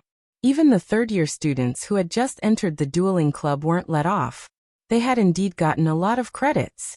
Emma and Sarah, on the other hand, seemed to have always been well off. Deanna and Luosi weren't prepared to waste their credits on making the spirit fantasy bug. Although they had some credits, they still chose the feather fantasy bug of the flight system. AI Ma and Sarah had clearly made the same choice as Dake. Ding-ling-ling. As the bell rang, Professor Ka-Zayer finally stepped into the classroom under everyone's expectant gaze. Let's get straight to the point. Today, we'll start learning about directional magic. Good morning. I fell asleep in front of the computer and updated late. Chapter 569. I'm sure everyone here already has some understanding of today's experiment topic. That's right, it's the directional refining of the fantasy insect. Professor Ka-Zayer wrote down the formula of the fantasy insect on the blackboard and turned around. Directional refining is still a bit difficult for you, but the fantasy insect can be said to be the easiest type to refine. It has always been used as a practice for beginners, and it doesn't have a high requirement for the magic language.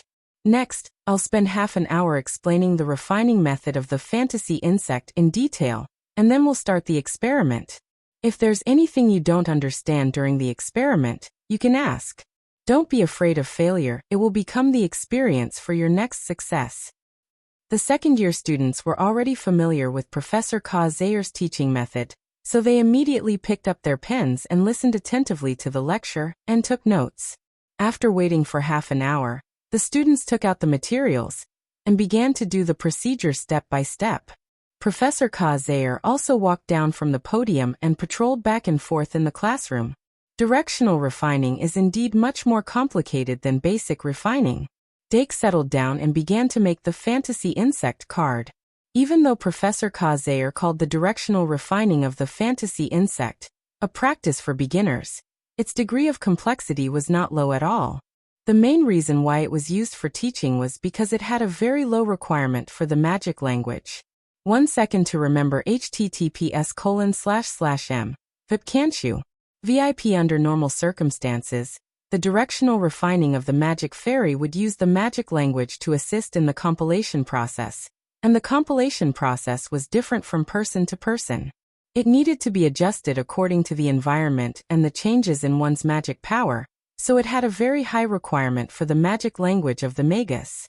The fantasy insect had a fixed format, and one only needed to fill in the magic language according to the format.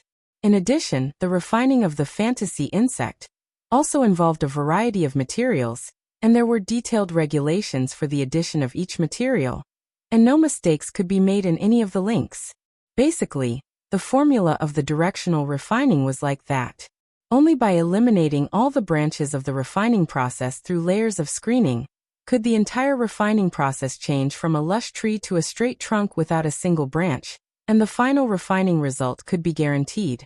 To develop a directional refining formula for any kind of magic fairy, one needed to have a very high degree of understanding of the creature and the required materials, and then go through countless experiments to finally have a chance of success. It required a very high level of knowledge for a magus. Of course, not every magus was interested in independent research and development.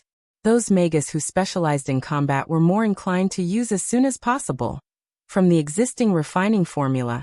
They chose the most suitable for themselves and use it as a basis after making adjustments. Even a hero who was crowned as a sage, like Claire, really going into research after the war. Therefore, there was a distinction between the academic and the combat magus. Of course, most magus, of course. Dake didn't run into too much trouble during the refining process of the fantasy insect.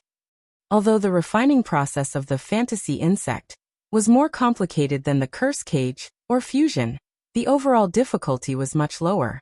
Even if he deliberately slowed down in order to deepen his understanding, he still finished the last step in less than 40 minutes. Professor Kazair paused by his side for a moment, then turned and walked in the direction of White and Luo boat. Dake smiled and cut open the light cocoon around the magic card. Immediately after, a trace of warmth flowed out. It was the light element aura of the fantasy insect. As the light cocoon dissipated, the light element, fantasy insect, appeared in his field of vision.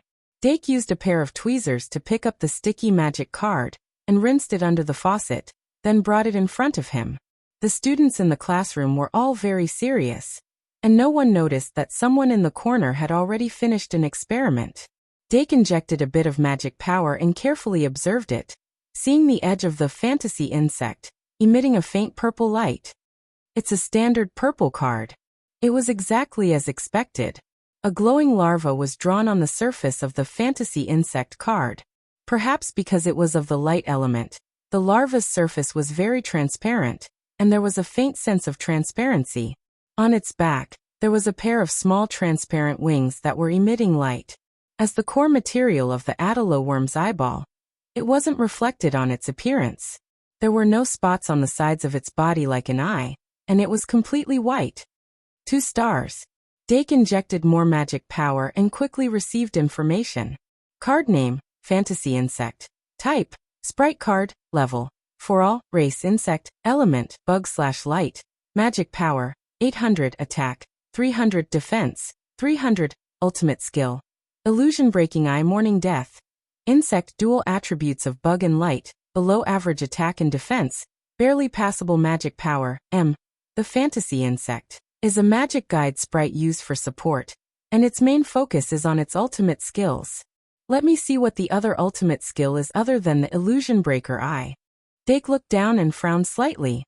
Morning death? It was an ultimate skill that he had never heard of before. Apart from the illusion breaker eye, the fantasy insect usually had another ultimate skill that matched its element. But this morning death, was it playing the role of a mayfly? Dake couldn't help but take a closer look. Morning death. The fantasy insect is born in the morning and dies in the evening. It comes with the light and leaves with the light. What does this mean? Could it be some kind of passive skill? Dake couldn't help but inject more magic power into the magic guide card, trying to get more detailed information. But this was all the information he could get from this magic guide card. Summon it and take a look. Dake tapped lightly with his finger, and used the usual summoning technique. A few seconds later, a special summoning array appeared on the surface of the card. The outer circle of the summoning array was engraved with the magic guide language used when it was created. A palm-sized winged larva flew out. Dake reached out and let it land in his palm. After thinking for a moment, he said in a low voice, "Use the ultimate skill, Morning Death." But nothing happened. Professor Kazair had returned behind him at some point and said kindly, "What's wrong? Did you run into a difficult problem?" Dake took a light breath and said, "Professor, the second ultimate skill of my fantasy insect is called Morning Death. I really can't confirm its effect." Morning Death? Professor Kazair couldn't help but think after hearing this. Clearly, even Professor Kazair didn't have any special impression of this ultimate skill. But after thinking for a short while, Professor Kazair said, "The fantasy insect is a light-type insect. Occasionally, an extremely rare and special individual will be born in its colony. Just like the name of the ultimate skill, they are born when the sun rises and disappear when the sun sets. Then, on the morning of the second day, if the sun rises as usual, a new fantasy insect will be born where the fantasy insect disappeared. Then it will disappear when the sun sets. This cycle repeats." There's actually such a species? Dake couldn't help but say.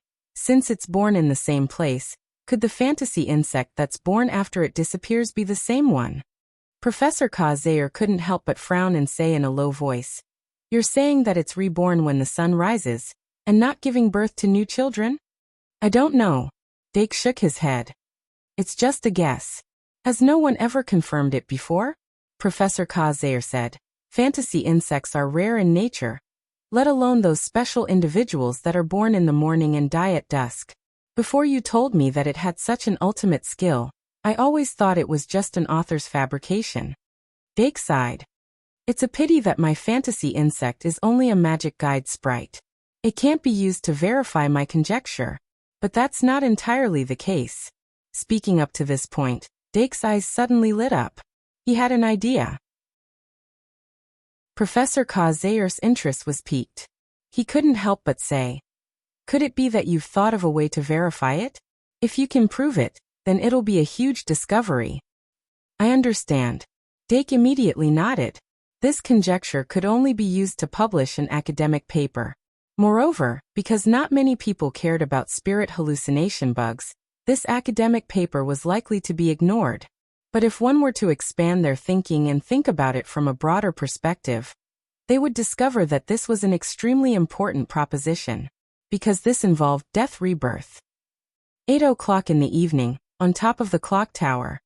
Dake and Professor Kazair agreed on a time, and put the fantasy insect back into the card. Then he buried his head in thought and recorded down the problems he encountered during this refinement. After that, he directly gave the remaining materials to Deanna and Luosi. The 4 types of illusion worms, with different attributes, required the same materials. If Deanna and Luosi didn't have enough materials, they could use them. If they wanted to try refining fantasy insects, they could also use a set of materials. Deanna and Luosi were naturally overjoyed. Time flew by quickly.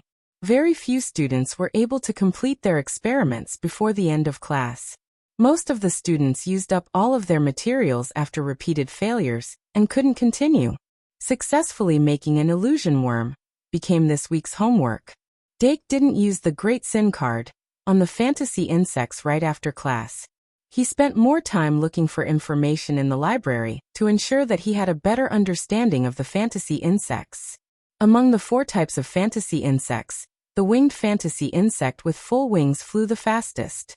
The poisonous fantasy insect with a green hue had a small poisonous horn. The fairy fantasy insect was a light pink color. While it had the illusion breaker eye, it also seemed to be able to create illusions.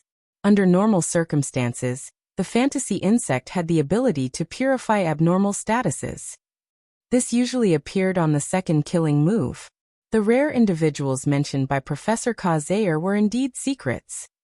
Perhaps they could only be found in an extremely small number of unique books. Dake flipped through them for a long time, but still couldn't find them. 8 o'clock in the evening. The curtain of the night was completely dark. The castle emitted a faint and cold atmosphere. Dake received Professor Kazair in the club's classroom. It was the professor's first time visiting the Magical Zoology Club's classroom. The first thing he noticed when he entered was the well-fed idler bird.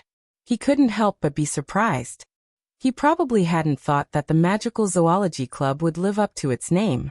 "Good evening, Professor." After Dake made a cup of black tea for Professor Kazair, the two of them continued with the topic of the fantasy insect and had a profound and simple conversation. Then, Dake brought Professor Kazair to the empty space between the 6 classrooms. The curious members of the club naturally followed. "Can we begin?" Professor Kazair was a little impatient. Dake nodded and took out the fantasy insect magic card to summon first. In the blink of an eye, a glowing larva with short wings appeared in front of everyone. From the moment of birth, life is born in the face of death. This kind of rare spirit illusion insect was a perfect example of this. "Ibu, come here." Following Dake's soft words, little Ibu, wagging its fluffy tail, quickly walked over. Dake took out Pride 2 and softly chanted. Ibu completed the transformation from 1 star to 2 stars in the light. In its skill column, there was an additional field skill called Great Sunny Day. Everything was ready. Dake turned to the fantasy insect and couldn't help but pause. He said, "Professor." Professor Kazair nodded, took out his magic wand, and lightly tapped the fantasy insect. This 2-star magic fairy was like a withered flower petal. In the end, its magic dissipated, and it embraced death. This was why Dake didn't activate its intelligence. He needed to conduct a life and death experiment on it. "It's your turn now." Professor Kazair retracted his magic wand, his gaze fervent. Dake squatted down and gently stroked Ibu's head. He ordered, "Ibu, use Great Sunny Day." Squeak. Ibu let out an affectionate cry, raised its head slightly, and released its unique field skill, Great Sunny Day Pride. As a small sun rose into the sky, the dark space was illuminated by orange light. It was as if the sun had risen from the east and dawn had arrived. And at the place where the fantasy insect had disappeared, a ray of light suddenly appeared. Then more and more light gathered in the center, condensing into a small ball of light. The fantasy insect's limbs stretched out from the ball of light. Its small, thin wings gently opened, emitting brilliant light. Under everyone's gaze, the fantasy insect completed its transformation from death to life. Nirvana rebirth. Good morning, monthly votes please. *3, Epsilon *. Chapter 570. Is it the same one? After a short pause, Professor Kazair suddenly turned to look at Dake. Dake understood and immediately picked up the Spirit Illusion Bug's magic guide card to confirm it. "Without a doubt, it's the same one," he said with absolute certainty. Professor Kazair's eyes lit up, and he said excitedly, "It seems we've found an interesting research topic." Because the Spirit Illusion Bug was a magic guide sprite, it was different from the Spirit Illusion Bugs in the natural world. For example, the life in the morning and death in the evening characteristic was a rare Spirit Illusion Bug in the natural world. Although Dake's Spirit Illusion Bug also had the life in the morning and death in the evening Surekill skill, it wasn't affected by the natural rising sun and setting moon. On the contrary, it was affected by the corresponding field skill. Ivan's Great Clear Sky was a special version of Pride. It could artificially create a rising sun phenomenon, allowing the Spirit Illusion Bug to come back to life after death. URL: https://m. Vipcanchu. VIP. But for now, as the effects of Great Clear Sky wore off, the Spirit Illusion Bug should come back to life when the sun sets. Professor Kazair raised his head to look at the little sun in the sky and asked, "How long does your field skill last?" Dake said 5 rounds, which is 2.5 minutes. "Then we'll wait a bit." Professor Kazair nodded and waited patiently. After 2.5 minutes, the sun sets, and the effects of great clear sky gradually wore off. The spirit illusion bug that came back to life really did die on the spot. It seems we can basically confirm the spirit illusion bug's life in the morning and death in the evening characteristic. Professor Zaire muttered to himself. But how is it able to come back to life after such a long time? It's not an undying species. When its body disappears, where does its soul and consciousness go? Dake said in a low voice. If the spirit illusion bug can live in the morning and death in the evening, doesn't that mean it can live forever? Professor Zaire suddenly turned to look at him with a serious expression. You're right, it can live forever. Guess what I thought of? Dake was puzzled. What? Professor Zaire's lips moved, and a voice was transmitted directly into Dake's mind. It was 2 words. Demon King.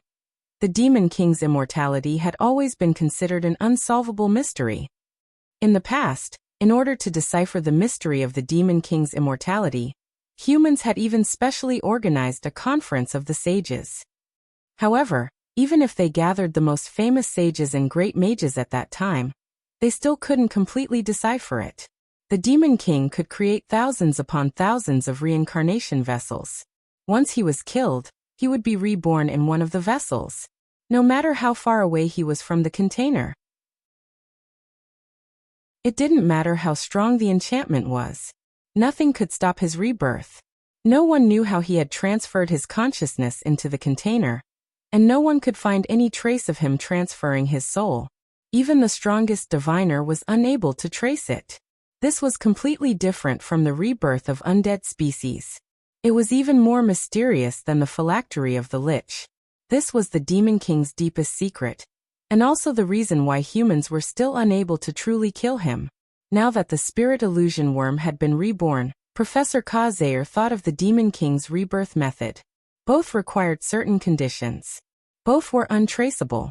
However, if there was any overlap or similarity between the two, it was impossible to say. Professor Zaire only had a vague feeling that there might be a connection. The Demon King can create vessels from living beings and obtain the vessel's talent. Among the thousands upon thousands of vessels, perhaps one of them is a rare spirit illusion worm. Life in the morning and death in the evening. Death in the evening and life in the morning. When the vessel opens its eyes, it is already the Demon King. Unfortunately, there is no evidence to prove that the Demon King is reborn in the morning. We need more data to analyze and discover. Compared to the secret of immortality, Professor Zaire was more interested in the secret of the Demon King's rebirth. He and Dake talked for half an hour in the club office before quickly leaving. Before leaving, the two agreed to do the experiment at the same time tomorrow night. Dake, who was alone, continued to think.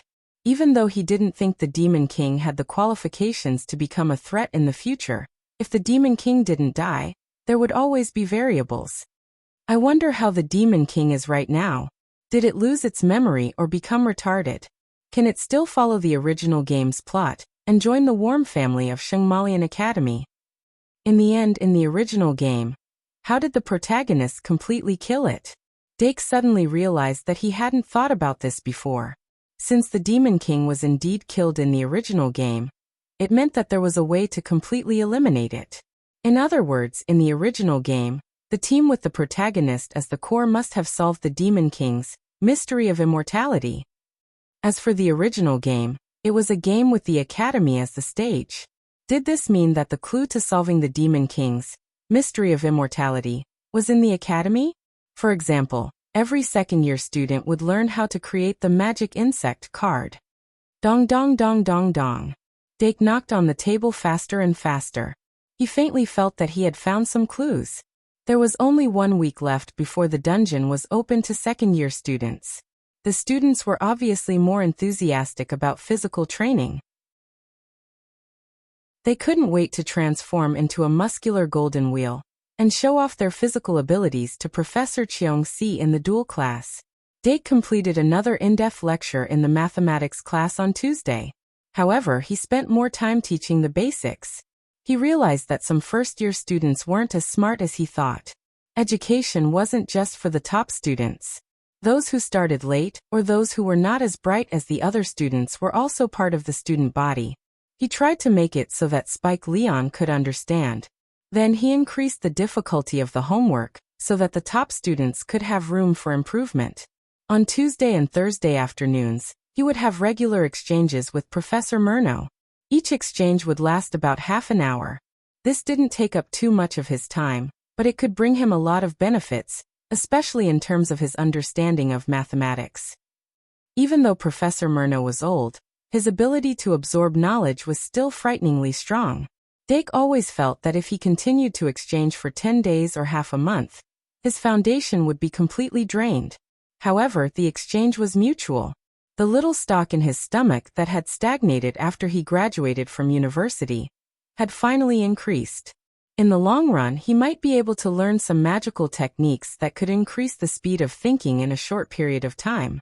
Although in the past, this technique was usually used in complicated calculations or derivations. However, if he could master the quantity, it wouldn't be impossible to use it in a magic duel. On Tuesday afternoon, Professor Nini gave a complete explanation of the monsters that might appear in the first 10 levels of the dungeon. And on Wednesday morning, during the second duel class, Professor Cheong-si really did start a physical assessment. The assessment was unexpected. It wasn't a simple sprint or long-distance run. It was a directional cross-country within the school grounds. Although Professor Cheong-si called it a simulated adventure assessment, it was undoubtedly a directional cross-country. Before the dual class started, there was no information about the assessment, so the little magisters were completely unprepared. Therefore, when Professor Cheong-si announced the rules, many people were stunned. After a while, they suddenly gathered together to discuss. Quiet. Until Professor Cheong-si's slightly lazy voice entered everyone's ears. The noise in Venue 1 gradually stopped. Then, Professor Cheong-si called the heads of each department and instructed them to give out the mana harvester for the assessment. I think most of the students have already seen the safety first mission. The mana harvester that will be given out now has 20 slots. If your ranking is in the top 40, you can take it away. Otherwise, hand it in. After hearing this, the students couldn't help but look at each other, and they had a goal in mind. Although the mana harvester wasn't expensive, it wasn't cheap either.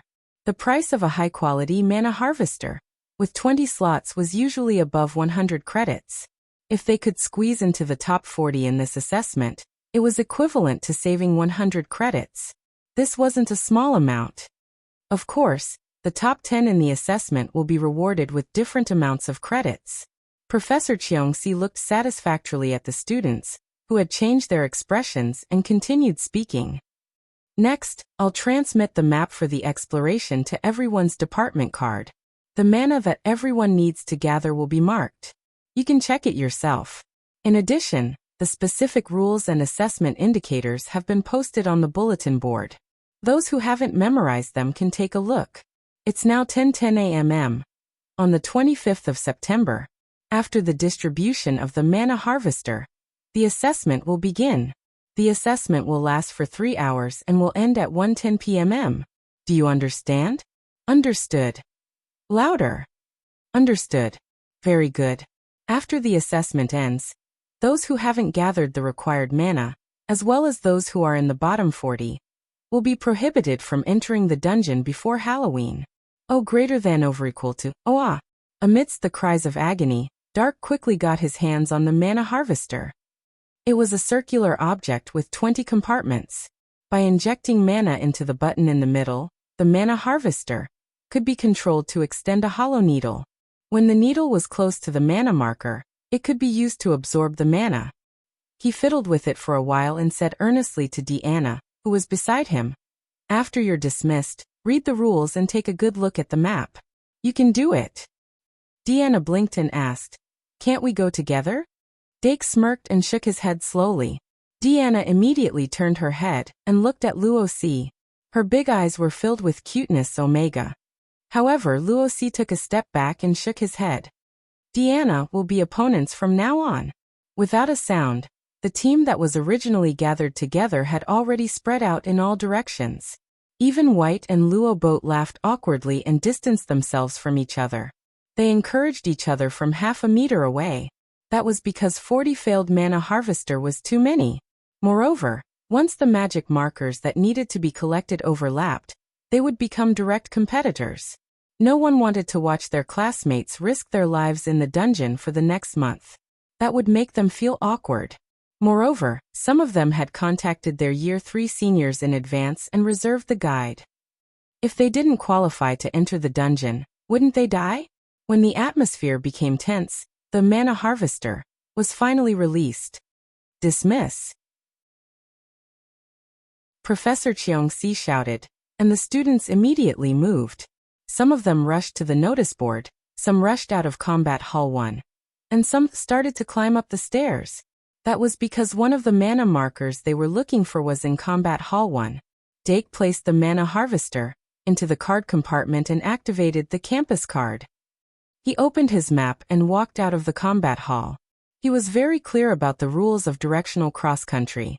Professor Cheong-si had set up mana markers in the entire academy, except for Traveler's Street and the dungeon. There were more than 500 magic markers, and each student had to find 30 magic markers. Each magic marker could be harvested 10 times. They needed to pick 20 out of the 30 magic markers within 3 hours to collect them. It didn't seem difficult. But the Shengmalian Academy was really big. When they lived in the castle, they already had that feeling. If they walked out of the castle and looked outside, they would find that the academy was shockingly big. According to Professor Cheong-si, each mana marker had a mechanism in front of it. They had to break through the mechanism to come in contact with and collect mana. During the 3-hour examination, the students were not allowed to use magic cards to hasten their journey. They could only run on their 2 legs. In addition, the students could interfere with each other and compete with each other, but they weren't allowed to directly attack each other, injure each other, or trap each other for more than 3 minutes. If more than 10 of the 30 mana markers couldn't be collected, then they could only face failure. The rules weren't complicated, but because it was a new rule that the little magisters hadn't come into contact with, most of them needed some time to digest it. Professor Cheong-si smiled as he looked at the students who were competing with each other. He thought to himself, if you perform well in this examination, then this year's Halloween event will follow this rule. Good afternoon.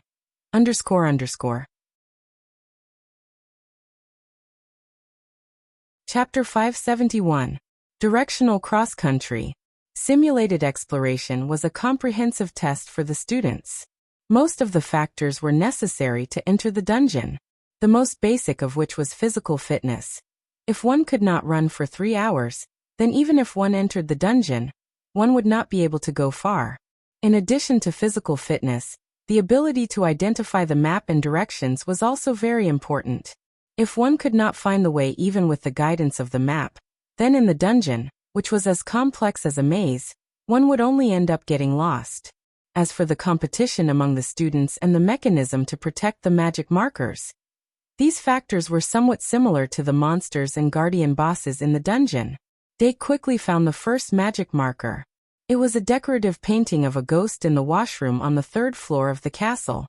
In order to collect magic from the decorative painting of a ghost, one had to answer the question raised by Miss Ghost. It was a mathematical problem. After a short moment of surprise, Dake completed the answer in 2 minutes. After using the magic collector to collect magic, a number 9 suddenly appeared in the upper right corner of the decorative painting of a ghost. Remember the URL. VIP, can't you? 6 Dake glanced at the number 9 and left the washroom. Just then, 2 students came in one after another. Hello, isn't this Dake? Did you also get the same magic marker as us? Civet and Rentgen were students of the noble house, so Dake was relatively familiar with them. He waved his school card and said, probably. Civet immediately said, in the washroom, right? Speed up, Rentgen. I'm already speeding up, Civet, Rentgen complained. The 2 walked past Dake and went straight into the washroom. Then there was a wailing sound from the washroom, as if it had encountered a ghost. At the beginning of the assessment, because the number of magic markers that could be collected was still very high, almost no one would disturb others. It was a thankless task. Dake activated his school card, switched out the map, and quickly locked on to the second magic marker closest to him. In the end, this assessment was a race of speed. As long as he kept walking at the front, there would be fewer disturbances during the test. Of course, since some of the students' magic markers were not in the inner circle, but were further away from the castle, this period of peace would not last long. In order to avoid the central area where the competition was the strongest, there were also people who chose to give up on the close-range magic markers and go straight to the outer circle. Everyone had different goals, which reduced the possibility of finding every magical marker first. This happened to Dake when he found the second magical marker. 2 students had already arrived at the door of an empty office located at the edge of the 5th floor of the castle. They were both putting their hands into their card pockets and staring at each other. Originally, the examination had just begun, and there were still plenty of uses for the magic marker, so there was no need for them to fight over it. However, these 2 people, one from the Knights Academy and the other from the Nobles Academy, seemed to have a very bad relationship with each other. At this time, neither of them was willing to give way. When Dake appeared as the third person, the boy from the Nobles Academy looked sideways and suddenly said in surprise, "Dake, you're here too." But while he was speaking, the boy from the Knights Academy standing opposite him moved his lips quickly and immediately pulled out a magic card from his card pocket. He then shouted, "Push spell." In an instant, the boy from the Nobles Academy suddenly felt a pushing force from his heels. Ah! His feet suddenly slipped forward, and his whole body fell back as if he had stepped on a banana slice. The boy from the Knights Academy sneered and took the opportunity to rush through the door. Roar! A ferocious roar suddenly came from the door, and the boy from the Knights Academy instantly stiffened, cold sweat dripping down. Thud! The boy from the Nobles Academy finally landed on his butt, and he gasped in pain. Dake, who could have helped but didn't, stopped and looked curiously at the office. In his field of vision, the boy from the Knights Academy who had entered was frozen on the spot in a strange posture, as if there was a bottomless abyss in front of him that wanted to swallow him whole, but on the other side of the abyss, there was a golden treasure chest right in front of him, and he couldn't bear to part with it. Combined with the roar of the beast, Dake seemed to have seen what he saw. So that's how it is. Is this stage an illusion? He made up his mind and walked up to the boy from the Nobles Academy, asking, "How is it? Can you still stand up?" "Of course." The boy from the Nobles Academy stood up awkwardly and said, "I didn't expect him to use the push spell." "This is also a kind of technique." Dake smiled and said, "Let's go in together." The boy from the Nobles Academy glanced at the office, and his eyes gradually became determined. "Okay." Dake nodded slightly and led the way to the office. He paused for a moment when he entered the door, and then stepped through the threshold. As soon as he entered, a ferocious and terrifying giant beast suddenly appeared in his field of vision. The giant beast had lumps all over its body, and its mouth was full of fangs. Turbid saliva flowed out from the corner of its mouth and dripped onto its claws. Roar! With the same roar as before, the giant beast opened its bloody mouth and pounced forward, and a gust of fishy wind instantly hit him in the face. Dake suddenly narrowed his eyes and raised his foot to take a step forward. The giant beast's body froze, and it came to a sudden stop in front of him. Its bloody mouth was open to the limit, and it was about to bite down. Dake's field of vision instantly turned black, as if he had been swallowed into the giant beast's mouth. A wet feeling of flesh and blood squirming appeared all over his body. Vision, hearing, smell. These 3 senses triggered a sense of touch. Everything was really inconceivable. But his willpower was strong enough to completely ignore these terrifying things, and he continued to walk forward step by step. With every step he took, more and more terrifying and realistic illusions came one after another. Even though his field of vision was completely black, his ears were filled with ghostly wails and howls, and his skin was wet and cold all over. He didn't stop. After 2 minutes, the darkness in his field of vision quickly retreated, and he had impressively stepped out of the illusion. Turning his head slightly, Dake could clearly see the entire office. In front of his feet was an office desk, and a round piece of wood had been placed there quietly, emitting faint magical fluctuations. He shook his head slightly and pulled out the spirit illusion bug from his card pack. After 3 seconds of low chanting, the glowing bug was summoned. Spirit Illusion Bug, Eye of Illusion Breaker. Following the order, the Spirit Illusion Bug's eyes instantly opened wide, and a huge pupil appeared in front of it, suddenly emitting a blazing white light. Under the illumination of that light, the office desk and the round piece of wood in front of him melted like snow. A meter away, the real office desk and the magic marker were revealed. After gathering enough magic from the marker, Dake saw a number 9 quietly appear on it.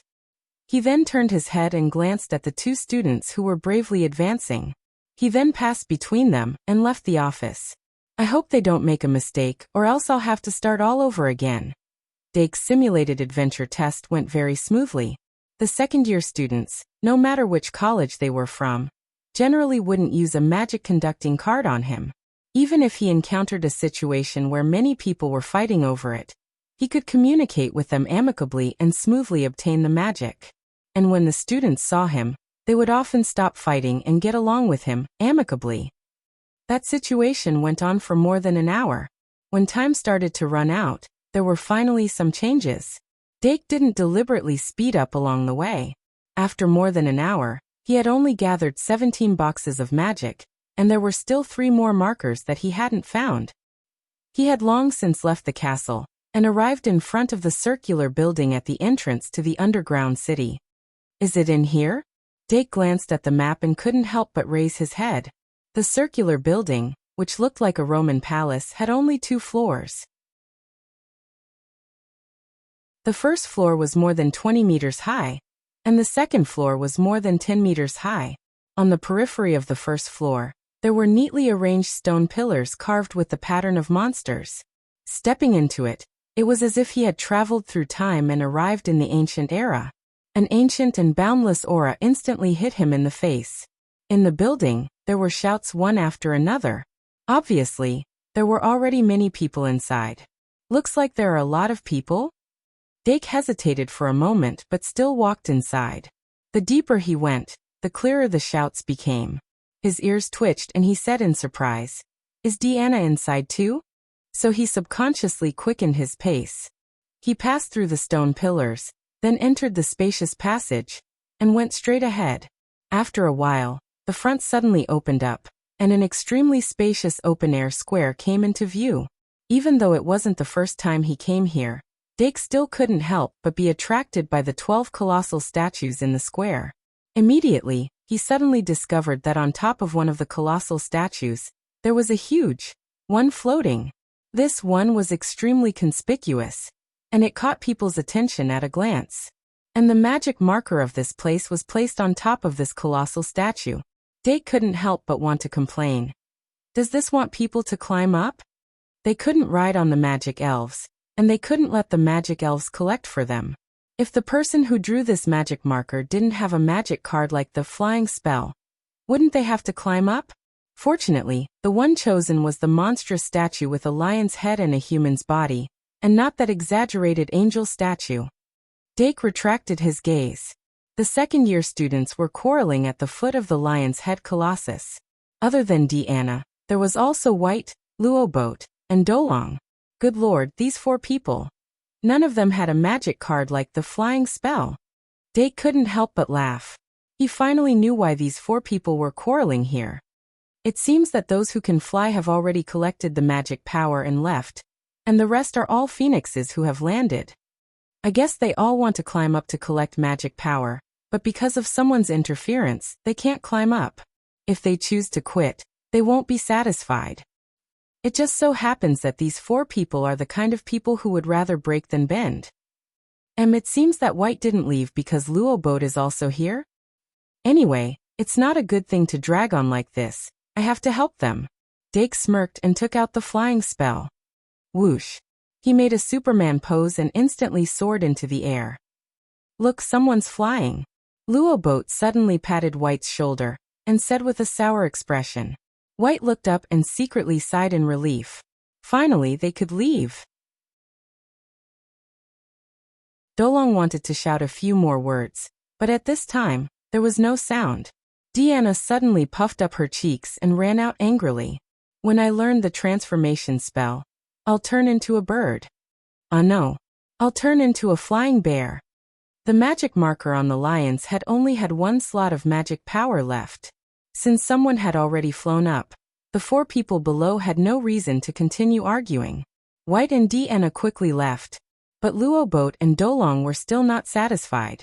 When the one on the lion's head turned into 0, the 2 of them started running again. So that's how it is, flying is the test. After Dake finished collecting, he landed and continued to look for the next magic marker. 2 more to go, I'll go here first. I remember there should be a dense forest here. Next. The nearest magic marker is in this direction. The forest? White walked out of the circular building and slightly looked up at the forest in the distance. After confirming the direction, he started running. Although he had already collected 12 slots of magic power, he was still pressed for time. He was very clear that the closer he got, the more competition there would be. And he had already failed twice, so he had to speed up. At the same time, in the dense forest 1,000 meters away from the circular building, there were already students who were struggling to move forward. Although this unusually vast forest could be seen almost every day in the castle, most of the students subconsciously regarded it as the background. They never thought of exploring a place so far away from the castle. If it wasn't for this simulation test, they would probably not enter the forest until graduation. They would never know that the forest was actually filled with so many mysterious things. Angelina repeatedly lowered her head to check the map in her school card, trying to find the correct path in the dense forest. She combed her brown hair into 2 ponytails, and there were a few harmless freckles on her face. Her delicate face was already dripping with sweat. To be honest, she had been in the forest for more than 10 minutes. But as a student of the Night Academy, she had the indomitable spirit and the perseverance to move forward bravely. So where is the magic marker in this forest? The girl's scream pierced through the canopy, and the luminous butterflies living in the leaves were scared and fled one after another. In the blink of an eye, the whole canopy was lit up, making the whole tree look like fireworks. Angelina was stunned for a moment, looking up at the canopy of the tree in a daze. So beautiful!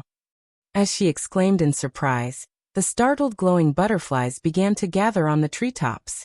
More and more of them gathered. Good evening. Work hard, Omega Q. Oh.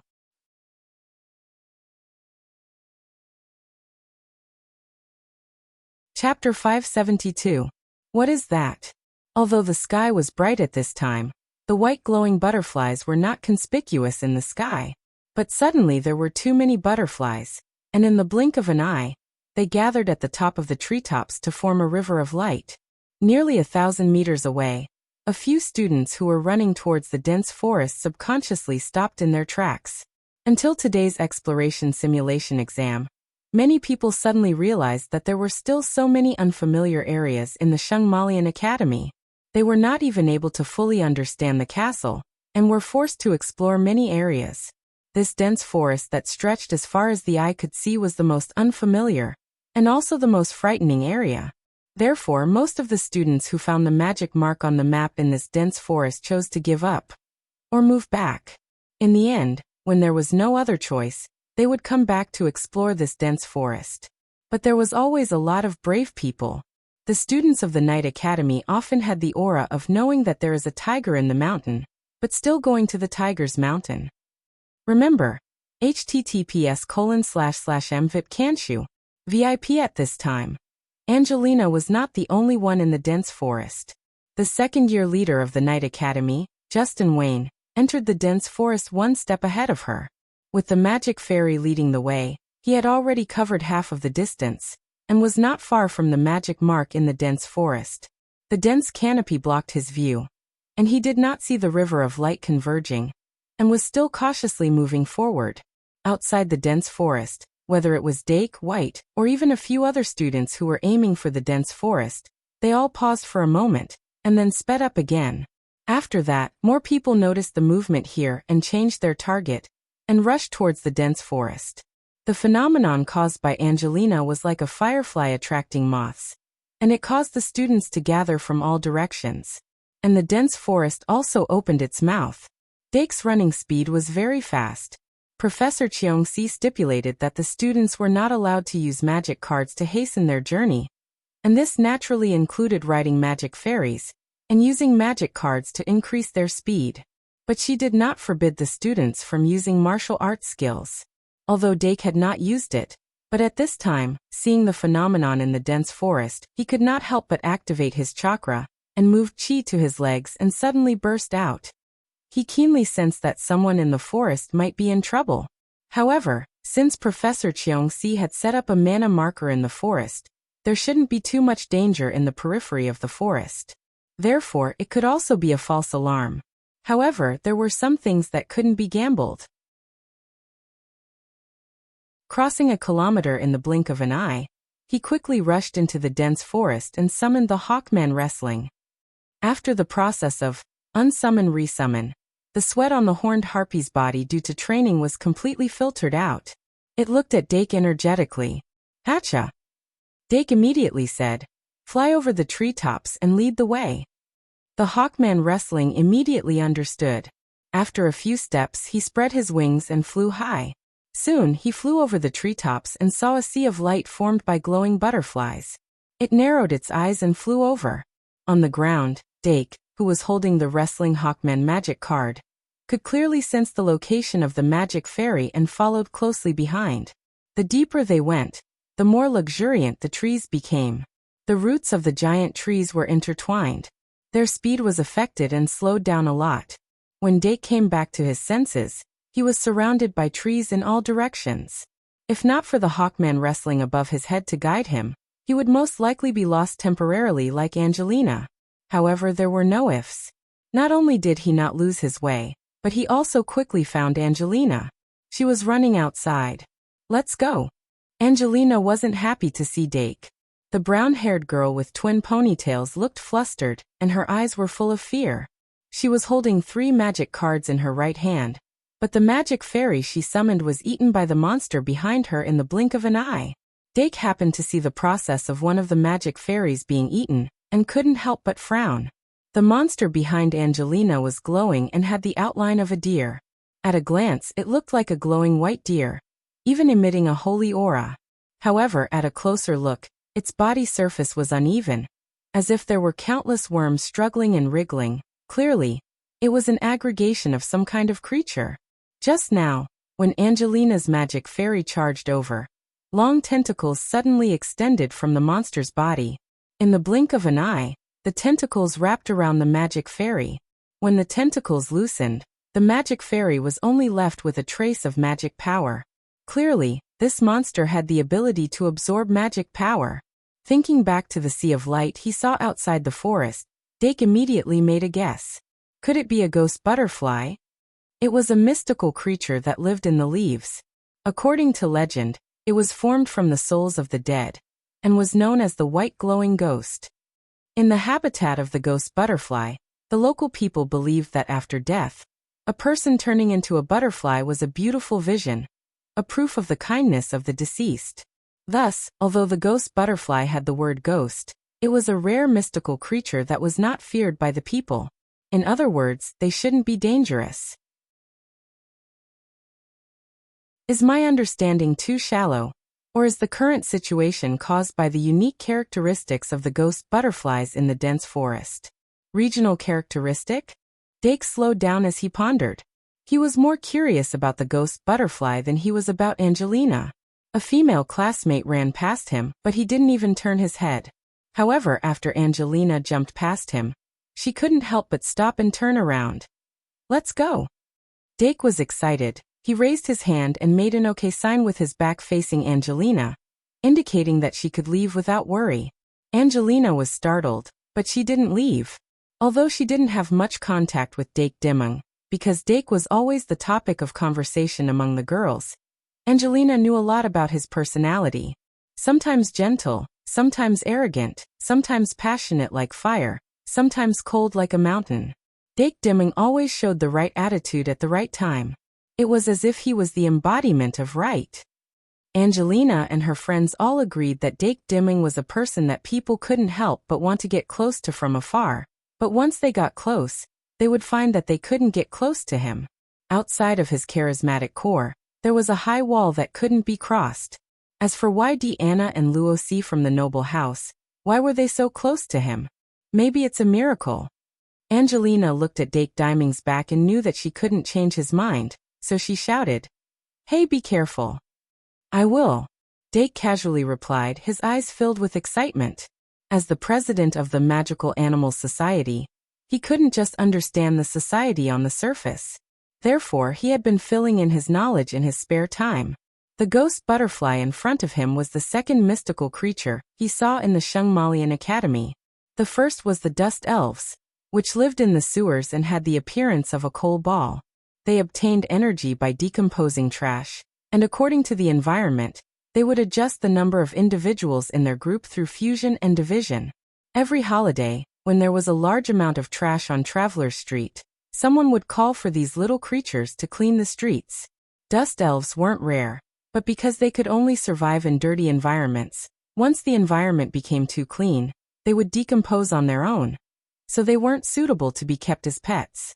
The ghost butterfly in front of him was different. Although the ghost butterfly looked like a ghost, it was actually a worm. They were vegetarians, and they parasitized green leaves, using the photosynthesis of the green leaves to obtain energy. Occasionally they would eat some leaves. Therefore, in theory, not only were they not dangerous, they were also very easy to keep. The Magical Animals Society can't have only one mystical creature, right? Dake couldn't help but think. It's decided then. Acha. The eagle wrestling man flew back from the sky and landed in front of Dake. He put on a Wing Chun stance, his eyes sharp. Eagle wrestling man, feather dance. Seeing that the ghost butterfly didn't show any signs of stopping, Dake spoke. The eagle wrestling man immediately flapped his wings, and along with the sound of the wind, slender feathers shot out from his wings. Under the eagle wrestling man's control, the feathers that were supposed to only have a disruptive effect turned into a spinning feather storm, fiercely piercing into the deer-shaped monster's chest. Puff, puff, puff. It was like throwing a stone into water. Ripples appeared on the surface of the deer-shaped monster's body, and the feathers pierced into it without much resistance. But in the blink of an eye, the feathers disintegrated into pure magic and were nibbled away by the deer-shaped monster. It seems that the effect of physical attacks is very low, but at least it stopped. The ghost butterfly monster could not only absorb magic, but it also had a physical immunity similar to elemental species. At first glance, it seemed to be immune to both physical and magical creatures, but in reality, that wasn't the case. Dake flicked his finger and pulled out a new magic card from his card pack. "Come out, little devil." The bat-type devil that came out of the Academy card laughed proudly as soon as it appeared. Dake asked curiously, "Little devil, what are you laughing at?" The little devil raised its chin and said proudly, "I made a bet with the ancient beast to see who would be summoned first." Dake thought for a moment and said helplessly, "You're a senior after all. Isn't it the senior's duty to teach the juniors a lesson?" The little devil said cheerfully, "Once bitten, twice shy. I'm letting it know the dangers of society in advance." Dake didn't bother to pay attention to it. He pointed and said, "Do you see the glowing white deer in front? I'll leave the rest to you." The little demonic beast glanced at the hawkman who was summoned first and said, "No problem. Who told me to be your senior?" Dake was speechless. In short, he took out Pride 2 and cast the usual summoning spell. Bathed in the light of Pride 2, the little devil's aura increased tremendously. It went from a 1-star trash to a 2-star trash in an instant. Dake commanded, "Use small dart to test it first." Understood. The little devil flapped its wings and skillfully formed a shark-head syringe and shot it out. This small dart also accurately hit the deer-shaped monster's body. The syringe head was sucked into the deer-shaped monster's body as if it was jelly. However, it didn't dissolve like the eagle wrestling man's feather. Dake said slowly, "Although Ghost Butterfly looks like a ghost, it's a magical creature with the light element. Light and darkness, under normal circumstances, appear to restrain each other. Although I don't know why the monster it formed has the ability to absorb mana, it obviously can't absorb dark mana. Since that's the case, little devil, use demon hypnosis." "Got it." The little devil widened its eyes. Because of pride too. Its eyes turned dark gold, and circles of invisible ripples were released. The deer-shaped monster with the syringe still stuck in its body was hit by the ripples, and a water-like ripple appeared on its body. Then one ghost butterfly, after another, fell from its body, and its chest caved in the blink of an eye. Luckily, demon hypnosis' strength was limited.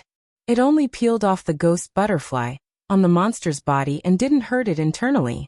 However, Dake immediately took out Pride 3 and activated it again. Swipe card evolve. In the background music, the little devil completed its evolution from the growth stage to the mature stage. The tall and ferocious demonic beast appeared in front of Dake after a long time. Go, Dake said casually. The demonic beast lowered its body, and its two sharp claws almost fell to the ground. It looked up at the deer-shaped monster with scarlet eyes and a ferocious smile. Pure dark energy burst out like a storm. That was all it took for the deer-shaped monster to stop completely. As a collective, it was fearless and ignorant under normal circumstances, and only acted based on its instincts. However, when all the ghost butterflies that formed it felt fear, the demonic beast took half a step forward, and the dark energy that poured out caused the deer-shaped monster to disintegrate. The ghost butterflies, glowing with white light, flew out and fled in panic. Even the ghost butterflies that were hypnotized on the ground were awakened. They flapped their wings desperately and struggled to fly. The demonic beast crossed its arms and smacked its lips, as if it hadn't had enough. Keep it. Dake couldn't help but remind it. He then quietly walked past the demonic beast and came to the place where the ghost butterflies fell. Good, there are still 3. He squatted down and picked up the 3 ghost butterflies like picking up bread. He held them in his palm. Got you, ghost butterflies. Even though the demonic beast had restrained itself, its pure dark energy still spread out. More ghost butterflies were frightened and broke away from the leaves. They instinctively gathered into glowing white monsters. The rest of the second-year students also entered the forest after Dake. Good morning. Last week of August, charge.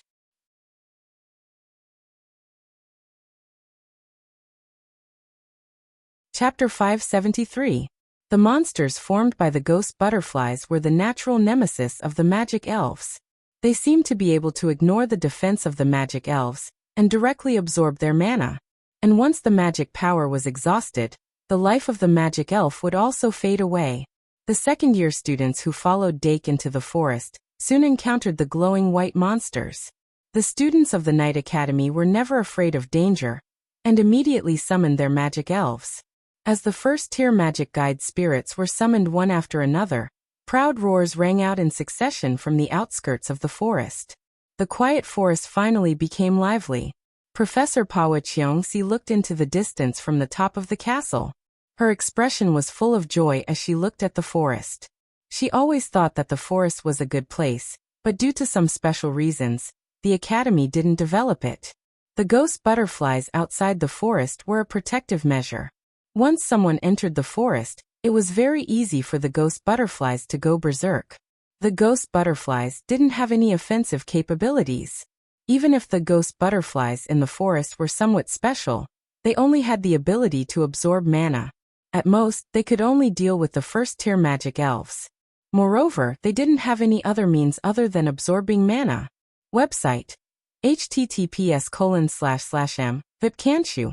VIP. Therefore, Professor Cheongsi wasn't worried about the safety of the students.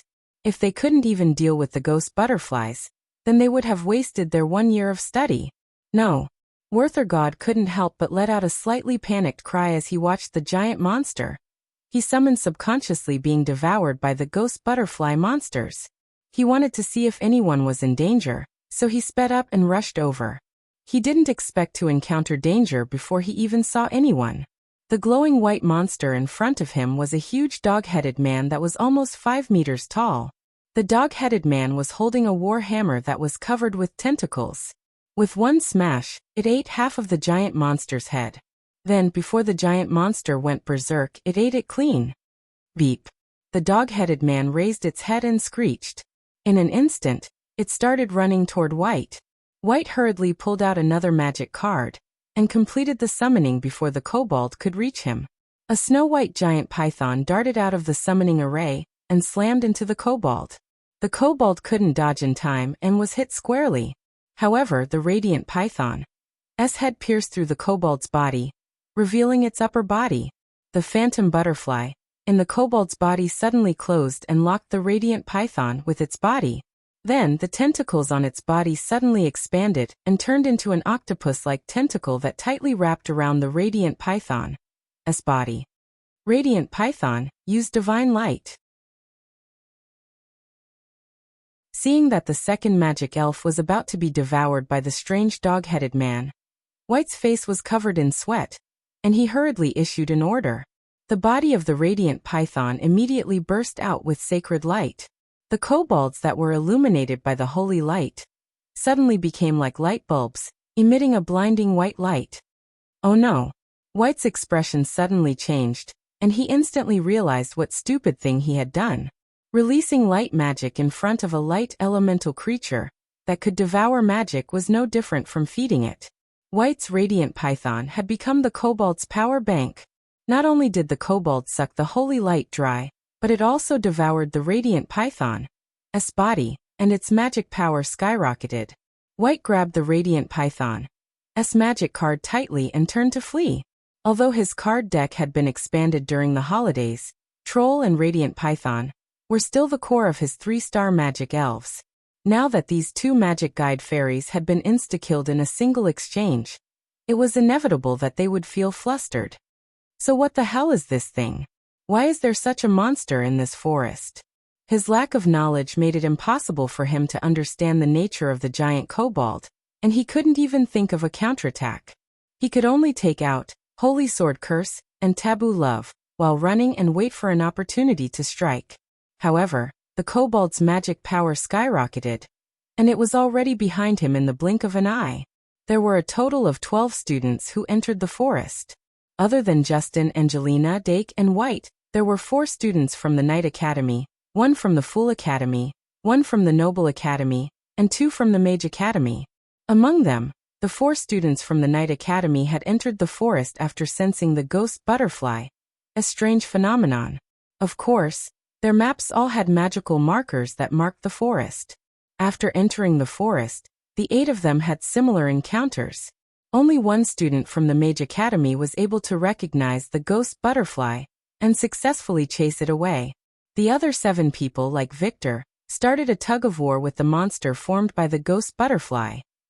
A tense atmosphere quickly spread. After Dark Diamond obtained the 3 ghost butterflies, he stacked them together like a piece of paper. Ghost butterflies were a very magical species. Their body structure was very similar to elemental life forms. Not only could they be squashed, but they could also live in leaves. Thus, even if they were folded and stuffed into a pocket, they wouldn't be killed. After storing them, Dake turned around and asked in confusion, "Angelina, how did you provoke these ghost butterflies? Are they called ghost butterflies?" Angelina patted her chest and said with lingering fear, "I don't know what happened either. I just screamed into the air, and a large group of ghost butterflies came out of the giant trees nearby. Then it became like this." Dake said kindly, "You can't scream when you're adventuring in an unfamiliar area. Especially in the underground city, it will attract waves and waves of demons." "I know." Angelina looked away and said playfully, "But this isn't Dungeon YA." Dake shook his head and said, "You can't say that. Isn't your experience enough to explain the problem?" Angelina said, "Girl, all right." Seeing that she still didn't care, Dake lost interest in continuing. He took out his school card and looked at the map and said, "Since you're out of danger, let's go our separate ways." Angelina immediately panicked. "Can't you bring me along to find the magic marker? I've been lost for a long time." Dake raised the magic card in his hand and waved it at Angelina, saying, "This isn't a team game." After saying that, he immediately called the demon beast and squeezed every second of its value. Although the demon beast looked cold, it still waved its claws to open a path. Dake followed closely behind and left quickly. Angelina furrowed her brows. After a while, She clenched her teeth and summoned a new magic elf. She then proceeded in a different direction from Dark's. But since they had the same goal, even if they chose different paths, they would still meet at the same destination. The premise was that they didn't get lost. In fact, the location of the magic marker on the map wasn't far from them. It was just that the terrain in the dense forest was complicated and difficult to identify, so it was easy to get lost. After Angelina reorganized her mentality, she didn't deviate too much this time. Dake, on the other hand, kept walking on the right path. The two didn't notice that there were still people escaping in the dense forest. Soon they came out from different directions and came to an open space. The magic marker on the map was right in front of them. But at this time, there was already someone standing in front of the magic marker. Justin Wayne? Dake called out the name of the second-year head of the Night Academy, but Justin pressed his hand on the magic marker and didn't react at all. He couldn't help but frown and walk over carefully. The magic marker on the open space was a broken stone pillar. It didn't look like it was moved here, but more like it had been rooted here for hundreds of years. The stone pillar was broken in the middle, and there was a ring running through it. A blue flame floated in the middle of the ring, emitting a faint magic aura. Justin Wayne's hand was placed on the ring, and the blue light that spread out from the flames crawled along his fingers to his body, enveloping his entire body in blue flames. Dake walked behind him and then to his side. He found that Justin's eyes were closed, and his brows were furrowed. There were fine beads of sweat on his forehead, as if he was in pain. Is it another illusionary mechanism? Dake felt something, but he didn't disturb Justin. He continued to observe the flame. As he focused his gaze, a number appeared in the flame. Obviously, Justin was the first person to arrive here and activate the mechanism. After cracking the mechanism, he could collect magic power. Dake walked to the other side of the stone pillar, glanced at Angelina who was walking over and said, "Do you want to do it or should I?" Angelina didn't think much and said, "You do it. I'll watch." "Then I'll go first." Dake had the demon beast retreat behind him, then reached out his hand, and like Justin Wayne, gently pressed on the inside of the ring. The flame in the ring suddenly surged, and the blue flame quickly spread along his fingertips, covering his body in the blink of an eye. He closed his eyes, and a scene reflected in the sunset quietly appeared in his mind. The first thing that came into view was a square paved with gray stone bricks. At the four corners of the square, there was a familiar-looking stone pillar. There was a ring running through the middle of each stone pillar. The blue magic flame quietly floated in the middle of the ring, and the light it emitted illuminated the corner of the square. Dake's figure appeared in this illusion, and he stepped on the square. The feeling of stepping on solid ground was very clear, and no one would think that this was actually an illusion. Dake squinted his eyes to experience this feeling of reality. The cold wind blew against his cheeks, and there was a faint smell of sulfur in the air. Suddenly, a long spear fell, and with a thunk sound, it stabbed into the ground beside his feet. And in the center of the square, a vortex-shaped space channel slowly appeared, and the body of a fierce beast drilled out of the vortex. It was a tall werewolf with gray fur all over his body. The werewolf's body was bent, but its head was still more than 3 meters tall. Its two hairy arms reached to its knees, and its eyes were scarlet red, and its mouth was full of sharp teeth. Dake reached out and grabbed the handle of the long spear, and his eyes were unprecedentedly serious. The mechanism test this time was very obvious. Pick up the long spear, and stab the werewolf to death. The test's difficulty wasn't as high as it seemed. The moment Dake pulled the long spear out of the ground, he felt a surge of energy enter his body, making his body more agile and stronger. About 3 chakras opened. The feeling of abundant energy spread throughout his body. Dake's eyes suddenly focused, and the spear was like a dragon. Only 2 minutes later, the fierce werewolf's throat was pierced by the long spear, and it struggled to be nailed to death in the middle of the square. With Dake's use of the spear, it wasn't hard to do this. And with the death of the werewolf, the square surrounded by the 4 stone pillars gradually collapsed. Dake opened his eyes from the illusion. His eyes met Justin Wayne's. "Looks like Wayne's test went well." Dake took out the mana harvester, from his card bag and asked casually. After a long period of shock, Justin Wayne suddenly said, "What kind of monster did you meet in the duel square? Was it also a bear?" "No, I met a werewolf." Dake put the mana harvester close to the blue magic flames and absorbed the first strand of magic. As the 10 in the flames became 9, he put away the mana harvester and smiled with satisfaction. One more grid. Then he moved aside, and Angelina walked over with a nervous expression. She reached out and touched the ring, and in the blink of an eye, she was trapped in an illusion. 3 hours and 180 minutes. If she wanted to pass the test, she had to collect 1 grid every 9 minutes on average. Without a doubt, Angelina had wasted a lot of time on this magic gathering. But if she quit halfway, she would only waste more time. Dake wasn't in a hurry. He waited in the clearing for 5 minutes. Justin had already rushed out of the dense forest. The new student pushed aside the hanging vines on the branches and stepped into the clearing. Angelina suddenly opened her eyes, gasping for breath. But her expression was full of excitement, and it was obvious that she had defeated her opponent in the duel square. Dake didn't stay any longer. He chose a direction and went into the dense forest. Angelina watched Dake's back disappear quickly. After a while, she came back to her senses and hurriedly took out the mana harvester to collect magic. More second-year students came here after getting rid of the ghost butterfly's pursuit. The number in the flames kept getting smaller and smaller. Good morning. 10,000 more today.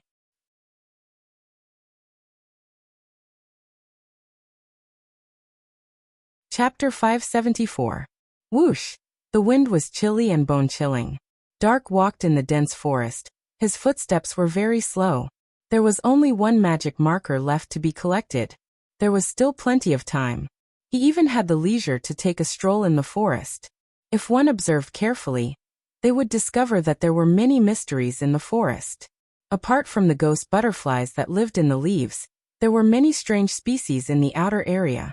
Occasionally, they would poke their heads out from behind the bushes, scaring both humans and themselves. The mushrooms that grew from the bottom of the giant trees also emitted a faint fluorescent light. However, those were not magical animals. Remember the website, MVIP can't you? 6 because they did not have magic. With the special ghost butterfly that could absorb magic, the outer area of the forest naturally became a magic-free zone. Even if one left this area and continued to go deeper into the forest, there would be few species that contained magic in the beginning. However, this phenomenon would gradually change as one went deeper into the forest. It was easy to infer that there would definitely be species with powerful magic, and all kinds of rare and precious herbs in the depths of the forest. However, since the Academy did not develop the forest and did not treat it like an underground city, it meant that the powerful species in the forest were not irrational monsters. Dake had a reasonable suspicion that there was a powerful species that was highly intelligent. Aha! A sudden loud hiss caused Dake to stop thinking. He could not help but raise his head to look at the source of the sound. Then, a blood-red light shot into the sky, giving him a sudden warning. A strong smell of blood blew in with the wind, and the air seemed to be mixed with blood particles. A hazy mist of blood floated into the sky, fiercely entangling with the sea of white light formed by the ghost butterflies. It was as if 2 angry waves were surging in the air, and a savage aura spread wildly. This is a magical elf? Dake's eyes moved, and he could not help but focus his senses. The smell of blood in the distance made him think of 2 people. One was a 4th-year student of the House of Fools, Tom Nixon. The other was White's mother, the Blood Maiden, Ophelia Bullard. However, it was obviously impossible for the 2 of them to appear in the dense forest at this time. In that case, the only person who could cause such a phenomenon could only be him. White Gauda's blood clan bloodline has been awakened. Dake's expression turned serious. As the child of the hero and the blood mistress, White had both the hero's and the blood clan's bloodlines. However, due to some special reasons, the blood clan's bloodline had remained dormant in his body until now. Perhaps it had only gradually awakened after encountering the blood concubine. Originally, this was not a bad thing. However, before the blood concubine gave birth to White, she had already received the embrace from the Infernal King. The Infernal King's blood definitely flowed in her veins. This meant that as the Fresh Blood clan's bloodline in White's body was activated, the Demon King's blood that had fused with it was also awakened. I wonder if Principal Erdii knows about this. You must know. Thinking of this, Dark shook his head. This was something that had nothing to do with him. There's nothing to pay attention to. After the Blood Concubine's resurrection, White's matter had come to an end, unless he could come up with something new. The waves of blood quickly calmed down. A magic guide fairy that could cause such a large-scale phenomenon was definitely not limited to the second tier.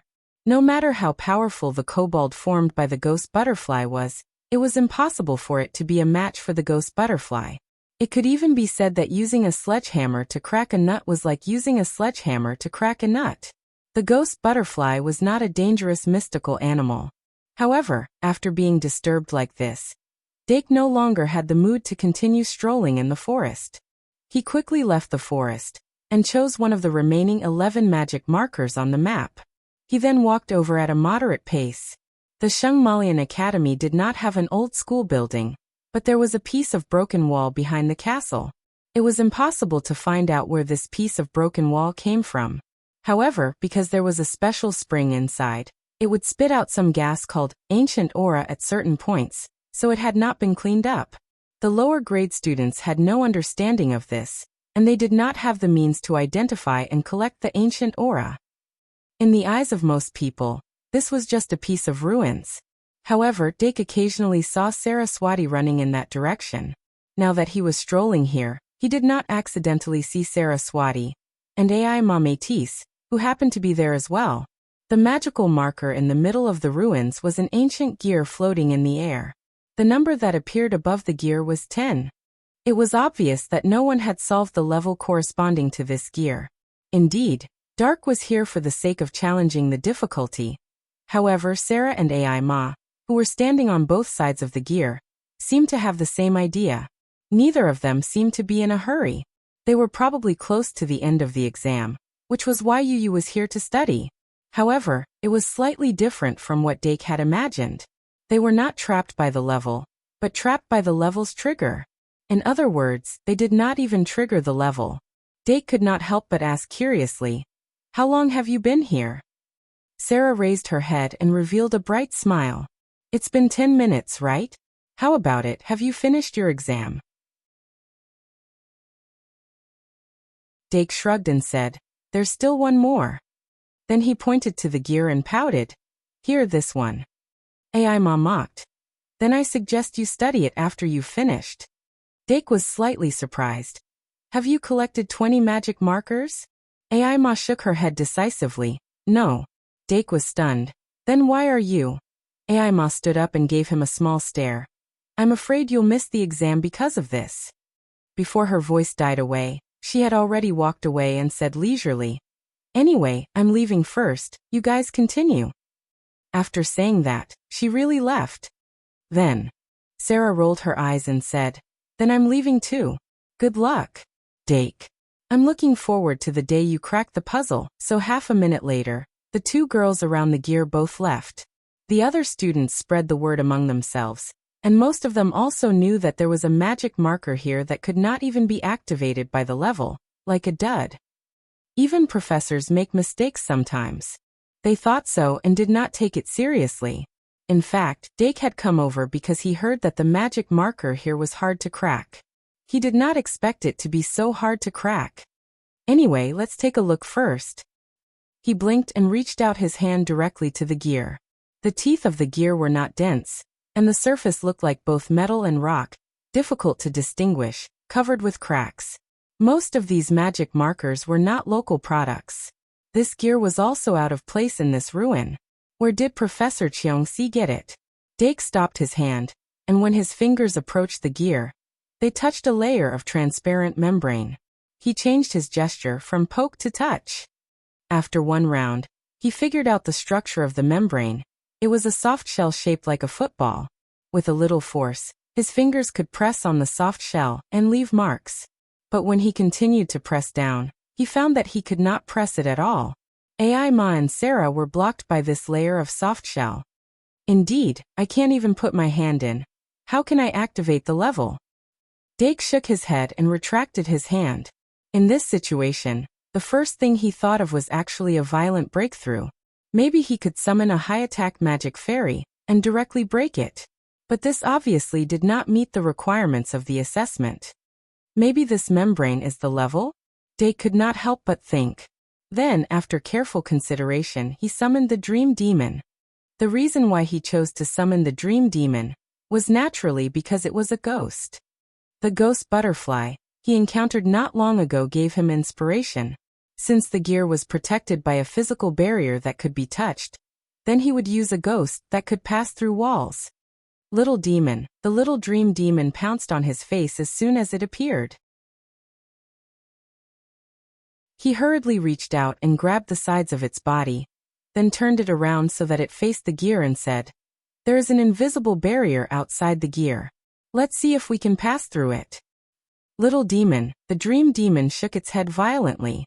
"If it is a magic barrier, you can't pass through it as you wish?" Dake understood what it meant, but he still said, "Let's try." Only then did the Dream Demon squeeze out a small tentacle that was the size of a hand from its body and lightly touch the outer membrane of the gear. As a result, it passed through it directly. As expected, it is a physical barrier. Dake's eyes lit up, and he felt that he might have found the correct way to break it.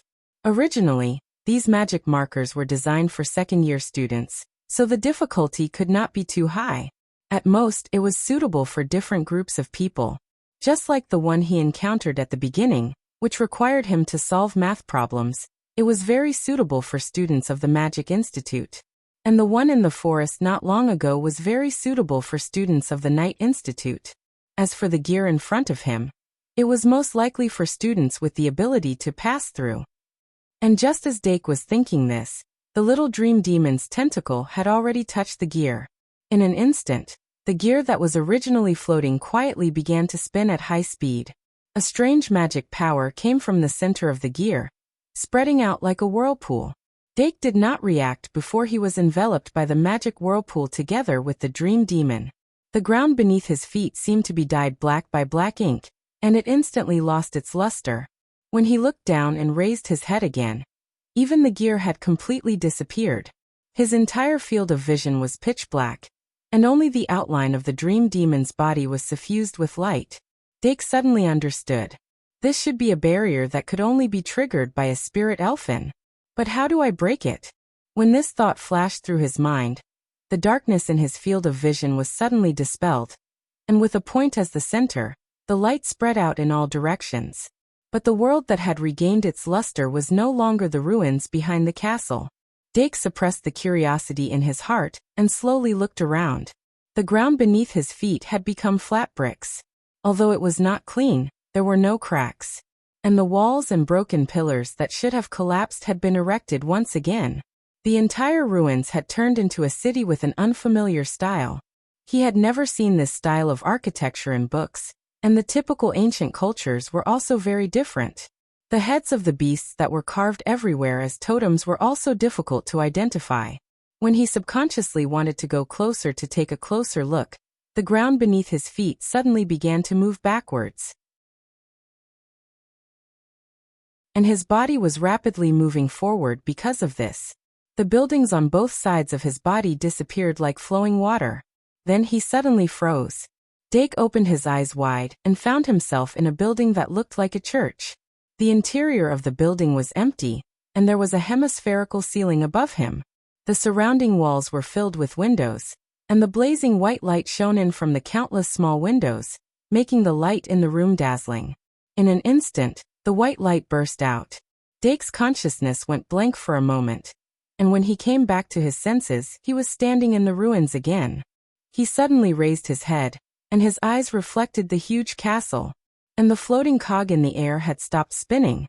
He subconsciously reached out and found that the membrane that protected the cog had completely disappeared, and he could directly touch the cog with his outstretched hand. This made him unable to help but have a question in his heart. Where is the test? He originally thought that this was also a test in the illusion, but in the end, other than seeing the scenery of an ancient city like he was sitting on a train, there was nothing else. Although that scene could shock one's heart, it did not have any riddle-solving elements. With a trace of doubt, Dake took out the magic harvester and began to gather. When he filled up a grid, the number 10 on the gear changed to 9. At this point, his adventure simulation test was officially completed. About 2 minutes later, the membrane formed around the cog again. Dake tested it again and again, and finally his finger was covered by the membrane. His eyes flashed, and he had the little dream demon reach out her tentacles again. She passed through the membrane and touched the cog. The moment she touched it, the cog began to spin at high speed. The corner of Dake's mouth could not help but curl up a bit. Success. As expected, this magic marker was not high level enough to automatically recognize it. The little dream demon activated the cog's mechanism again. In the blink of an eye, Dake came to the ancient city again. This time, he was prepared, and he quickly memorized the building pattern of the ancient city. When he entered the church-like building again, he narrowed his eyes and looked at the center of the building. He finally saw the strange decorations hanging in the center of the wall. It was a strange shape with a pair of wings on each side of the giant cog. Hiss hiss hiss. It was like a cog for ascension. The light was instantly extinguished. The darkness disappeared in a flash. Dake once again returned to the ruins. Then he summoned the magic guide secretary and used the magic pen to record in the magic guide secretary. When the membrane outside the cog was reborn, he instructed the little dream demon to reach out her greedy hand again. So the third time, the fourth time, Dake Dimming pulled out the wool without any sadness or joy. Only when he left the ancient city for the 10th time, did he suddenly realize that something was wrong with the cog. Even if the number above the cog was still 9, why did it feel shaky and unstable? Did I pull out too much? Dake could not help but feel a bit guilty. At the top of the castle, Professor Pawacheong-si had unknowingly walked to the side. She looked into the distance with a stupefied expression. The cog in the ancient ruins was actually a surprise that she had specially prepared. As long as she summoned a ghost elemental magic guide fairy to touch the cog, she could activate the cog's mechanism and lead the magus into the illusion to experience the glory of the ancient city. As for the original appearance of the city, it was actually restored by the professors based on the broken walls left behind in the ruins. Exploring the history of the city was also a topic that one of the professors had been working on for a long time.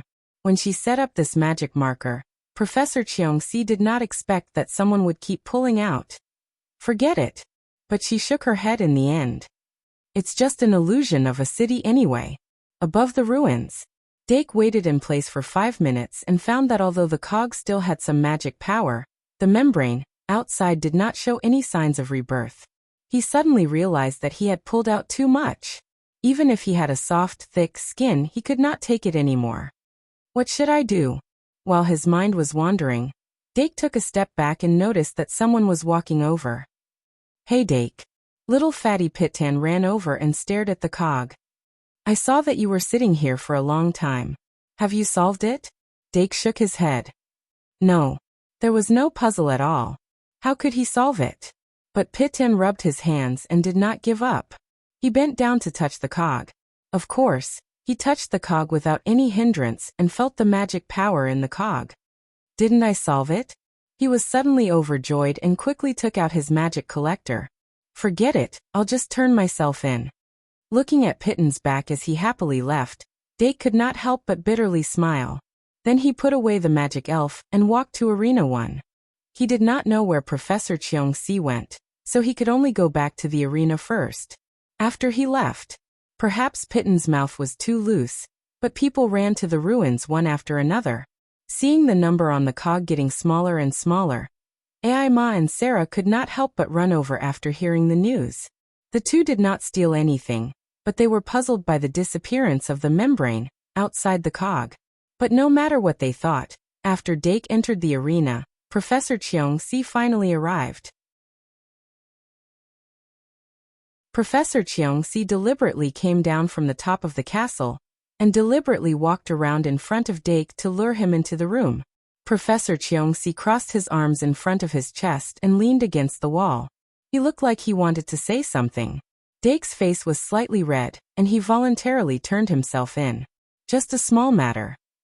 Professor Cheongsi was very satisfied with his initiative and honesty. You don't have to worry about the students who use this as an excuse to cheat. Looking for shortcuts and using them in an adventure is also something that adventurers need to consider. Also, the assessment criteria is not just the ranking of the simulation exploration. Dake, Professor Cheongsi smiled and said. There will always be people who need more stability to find their own path. As professors, we want the students to be better, not to deliberately make things difficult for them. In the end, they stay because they need to stay. After Dake walked out of the small room, he was slightly relieved. After that, he did not sit down to rest in the arena. Instead, he took out the map and continued to search for the remaining 10 magic markers. The magic markers were not placed there for no reason. The level configuration was also meaningful.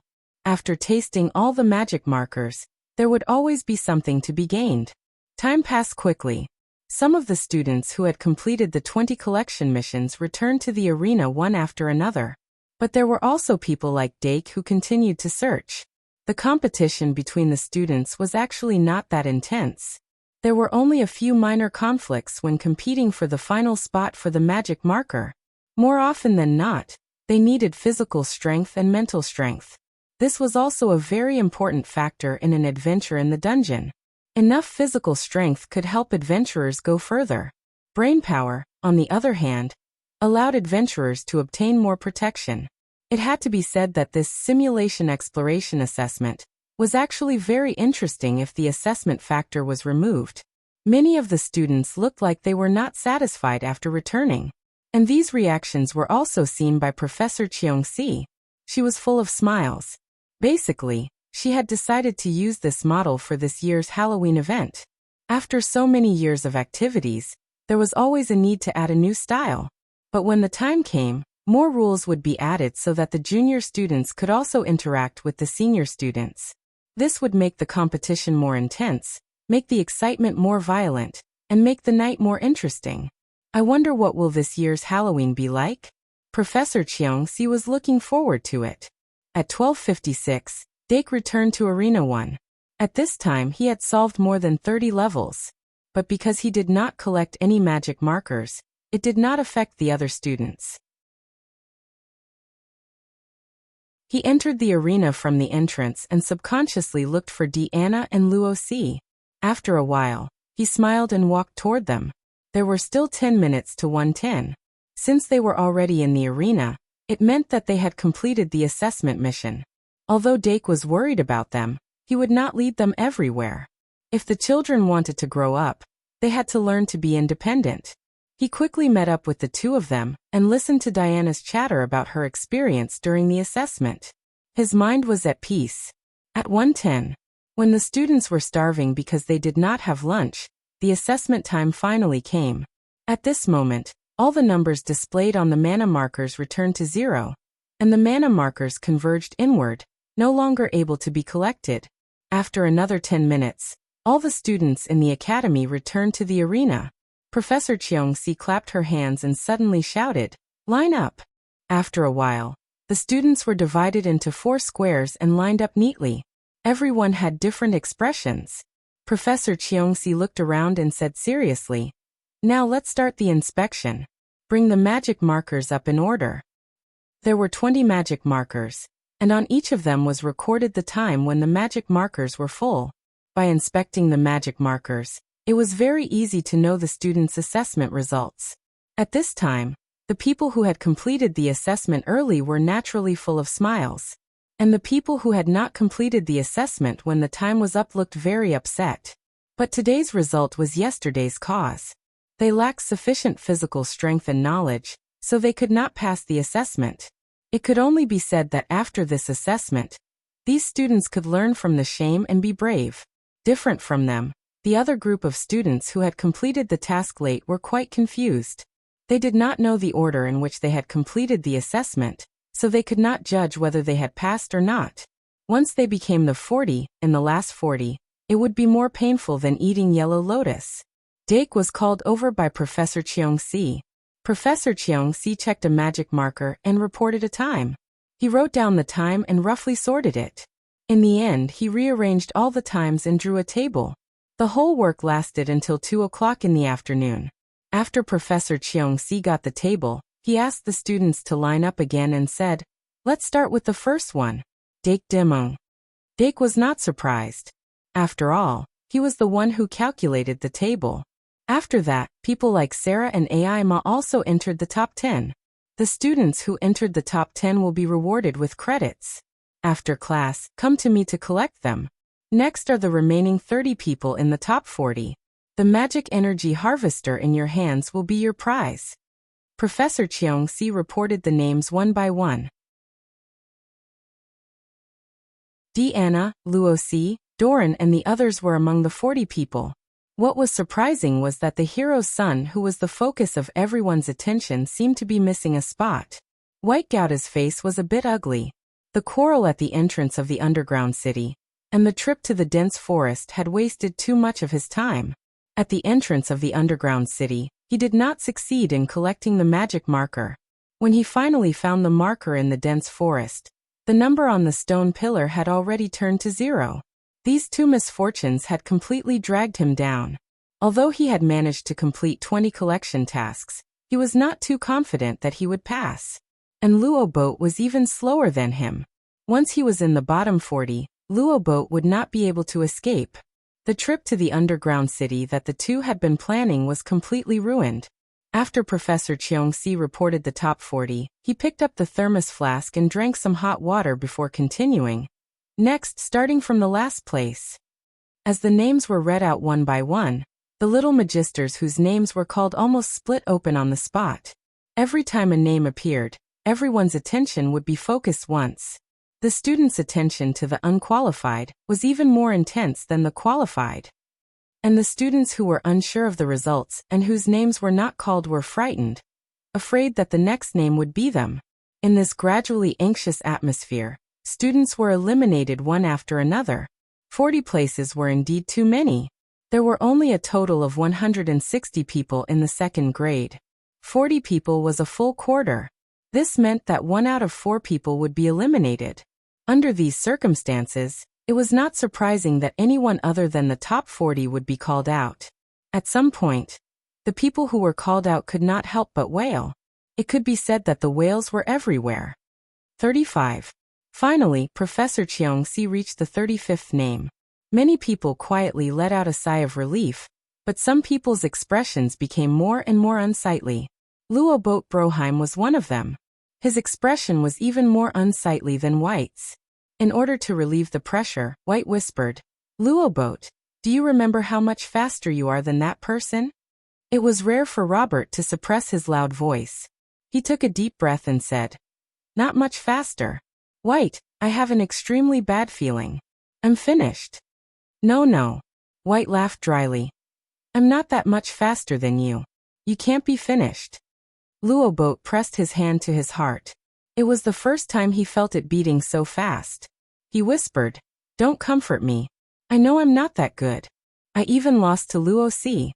White said reluctantly, "How can that be? You're so fast." "What's the use of being fast?" Luo Boat smiled bitterly. "I was the first one to find the magic marker, but I couldn't solve the puzzle at all. It wasn't easy for me to get it out after everyone else had left. White, I'm probably finished. When the result comes out, don't forget to find a guide.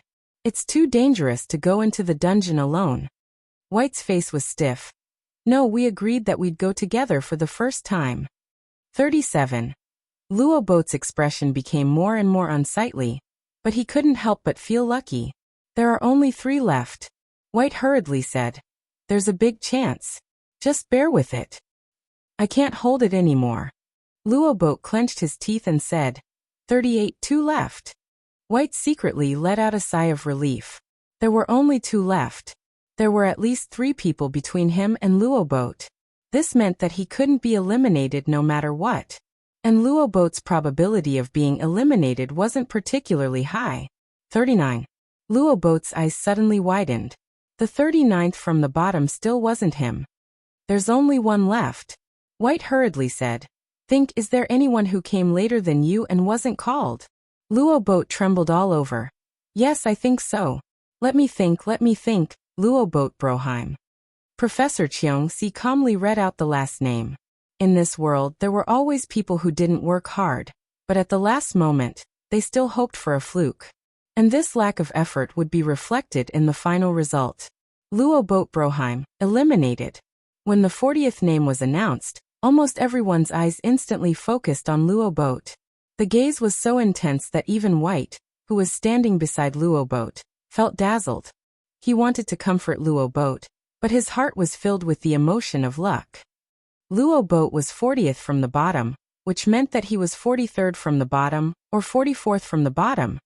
Just a few more people and he would be eliminated. If he was eliminated, he wouldn't have the face to see his mother. Dake curiously looked at Luo Boat, somewhat surprised.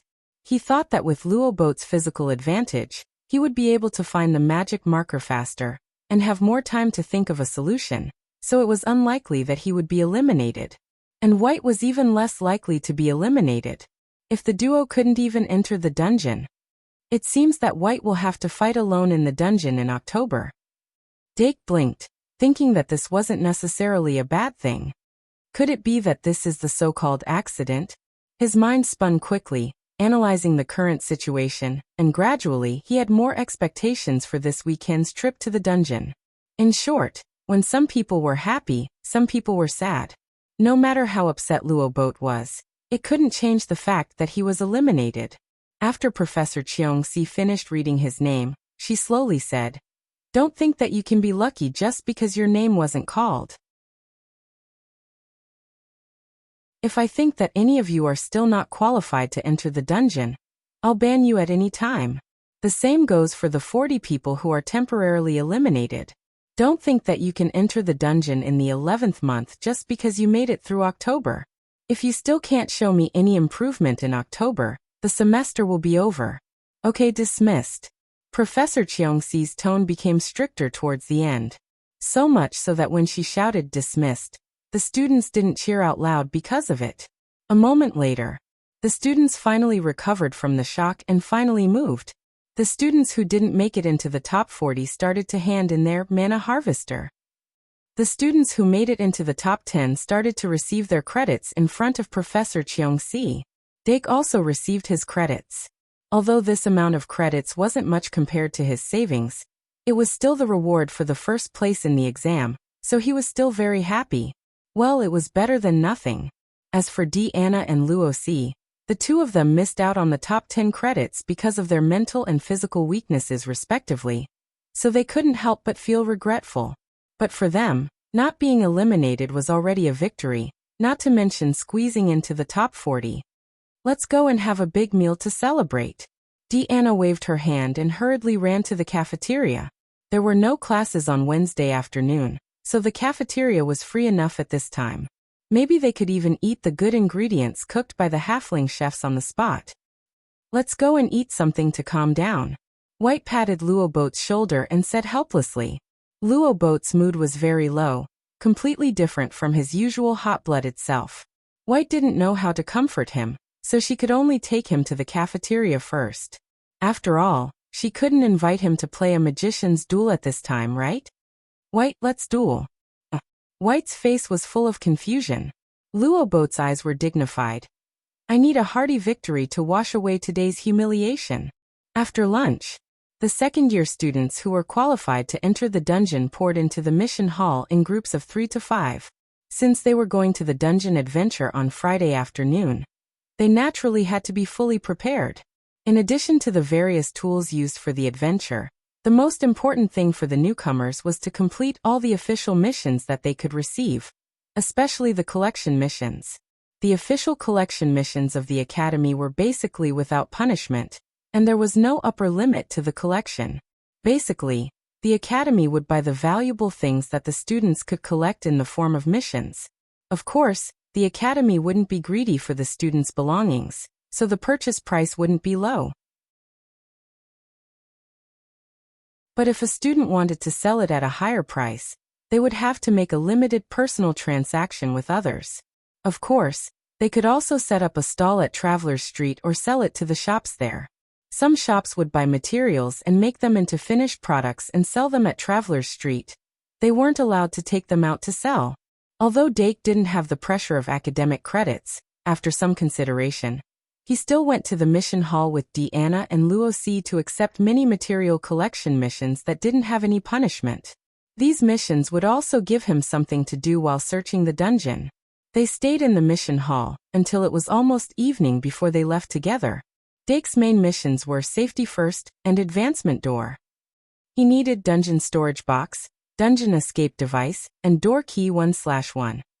In addition, he chose to enter the dungeon alone because he had another purpose. After dark, Dake went to the Magical Zoology Society. Katerina and Brittany found a small bonsai tree from somewhere and placed it in the living room with glass on all sides. Among the 3 green leaves of the bonsai, there were 3 ghost butterflies living there. This was the second type of magical animal in the Magical Zoology Society. They weren't considered rare in the dense forest of the Shungmalian Academy, but they were definitely rare in the outside world. The ghost butterflies had the ability to absorb mana for their own use, which increased their value by several times. Katerina was obviously very interested in these rare creatures that weren't even mentioned in books. Brittany, on the other hand, was very interested in the ghost butterfly's scale powder. The scale powder of the ghost butterfly was a great material, and Brittany happened to be using it for her research. The treatment of the ghost butterflies in the Magical Zoology Society was obviously different from the other magical animal, the Ubisoft bird. The members of the Magical Zoology Society mostly treated the Ubisoft bird as a baby, while the ghost butterflies were the magical animals that could be researched normally. This might become the research topic of the Magical Zoology Society this semester. Dake even thought of the name of the research report: The Reason and Expansion of the Mutant Ghost Butterfly's Magic-Absorbing Characteristic. After the observation of the ghost butterflies came to an end, Dake asked the magician's secretary to display the records of the ancient ruins for further research. At 8:00 sharp, Professor Kazair knocked on the door. Dake and Professor Kazair had been researching the spirit bug's morning life, evening life, for the past 2 days. Because of that, he didn't activate the bug's intelligence. Half an hour later, the experiment at night was also successfully completed. Professor Kazair and Dake had a detailed discussion about the experiment and shared the results of their research. Professor Kazair quickly left with the experiment data, and Dake sat down to digest it. After digesting the data, he took out the notes from the alchemy lesson and reviewed the Eye of Truth. He would try to activate the Eye of Truth tomorrow.